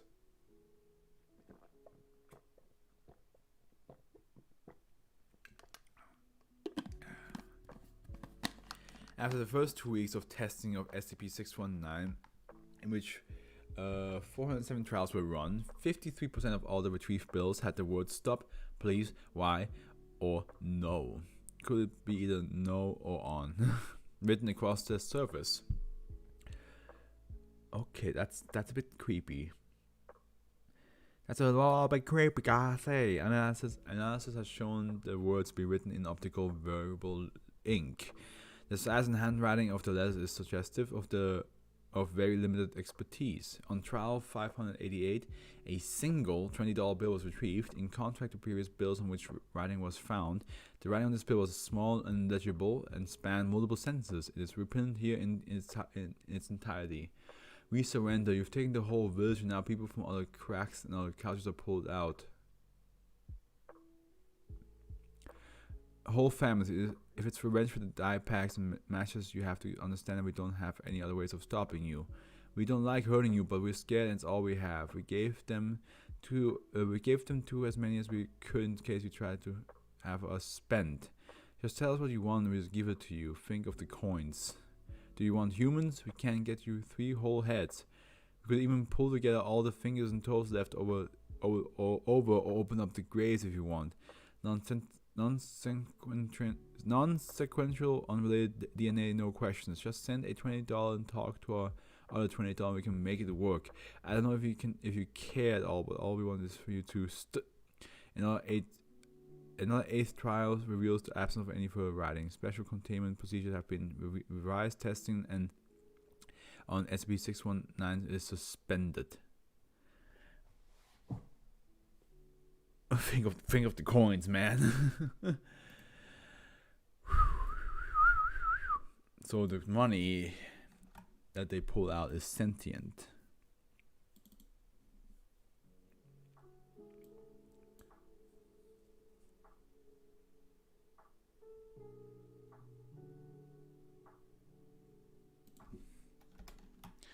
There we go. All right. And here it is. That's the list of order. The Flesh That Hates is just a very, very, very good and strong start. It's very hard to like beat that. With I mean, all the other SCPs were really fun today. I really enjoyed. I would say I would definitely enjoy all of them. All of them made sense. But yeah, I would say The Flesh That Hates, even though it's the very first one, it's definitely the strongest one. It's definitely the strongest one out of them all. Parasitic Toothpick, as I said, it makes my skin crawl. Botflies make me hate insects so much. But it's only them. I hate them. I just hate botflies. The idea that they exist and what they do is so horrific to me. It's just... The Vessel in the Gate, that's a pretty good one too. Honestly, that's a pretty good one. Like, just it's a good horror movie idea as well. It's just like this plane that the safety door opens up and suddenly some sort of light shines in, and some people might die, and suddenly, even though they're dead, they still talk, and the heads move, and they just like look at you, and they just go like, and you just, they're like, fuck. This is not how I imagined our vacation to Hawaii would start. Pet Rocks, yeah. The fact that it eats people in his sleep really sold it to me. I was like, man, this guy is a dick. These pet rocks are dicks. I don't like him. Also, the fact that it's human teeth that they have. I feel like anything that has human teeth that's not human looks creepy. Spot on the wall. Yeah, I mean, that's just that's just an actual fear of people, right? Is to even now, like even if you think now about it now, like the fact that I have a webcam already would make some people uncomfortable because like they will be like, oh, the government's watching you, they see everything you do, they pay attention to what you say and what you do. But with Spider on the Wall, it's like that, but there is no way to stop it. Because wherever this thing is, you don't know it's there.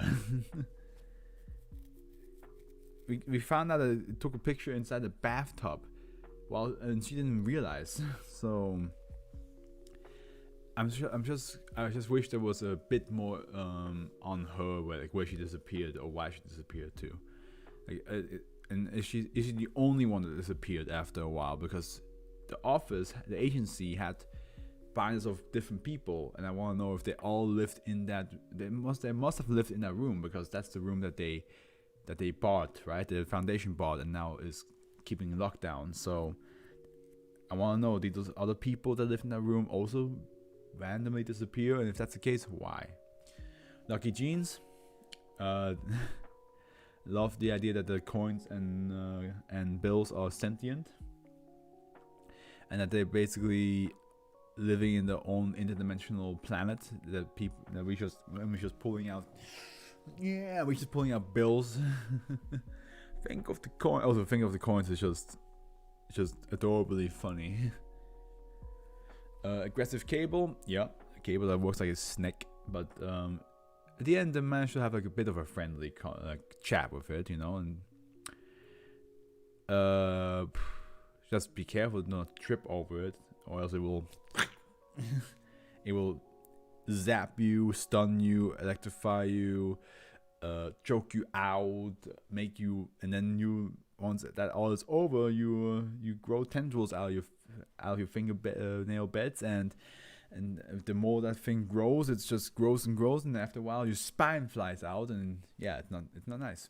Stick blob, big ball of sticks. I mean, the fact that it can basically reproduce by shedding itself into pieces because it's too big otherwise. It's definitely like a MOBA thing. Like it's just once it's too big, it's like, I gotta split up now. Wonder bread that talks. I feel bad for the bread. I feel bad for the bread because slicing it hurts it, running away hurts it, eating it hurts it. Once you create it, it's bread that's sentient. And looks at you like, where am I, Papa? And next thing you know, you cut a piece off, smear that butter on, put some jam on it, and eat it. And the bread's like, why? An IP address 57.32. Yeah, that one I liked it. I really like the idea that you can download things from the future, and then you can see how it either is 100% correct or there's some minor differences. It's definitely an interesting tool to use. It's also, as we saw, you can use it to gather information about the future, which is dangerous though. You definitely shouldn't, because if you do that, you might cause some paradoxical problems and so on and so forth. Alright, I am now definitely tired. So I hope you guys enjoyed, and I will definitely have the next SCP, the next 10 SCP, the 620s tomorrow. So I hope you enjoyed this, and I see you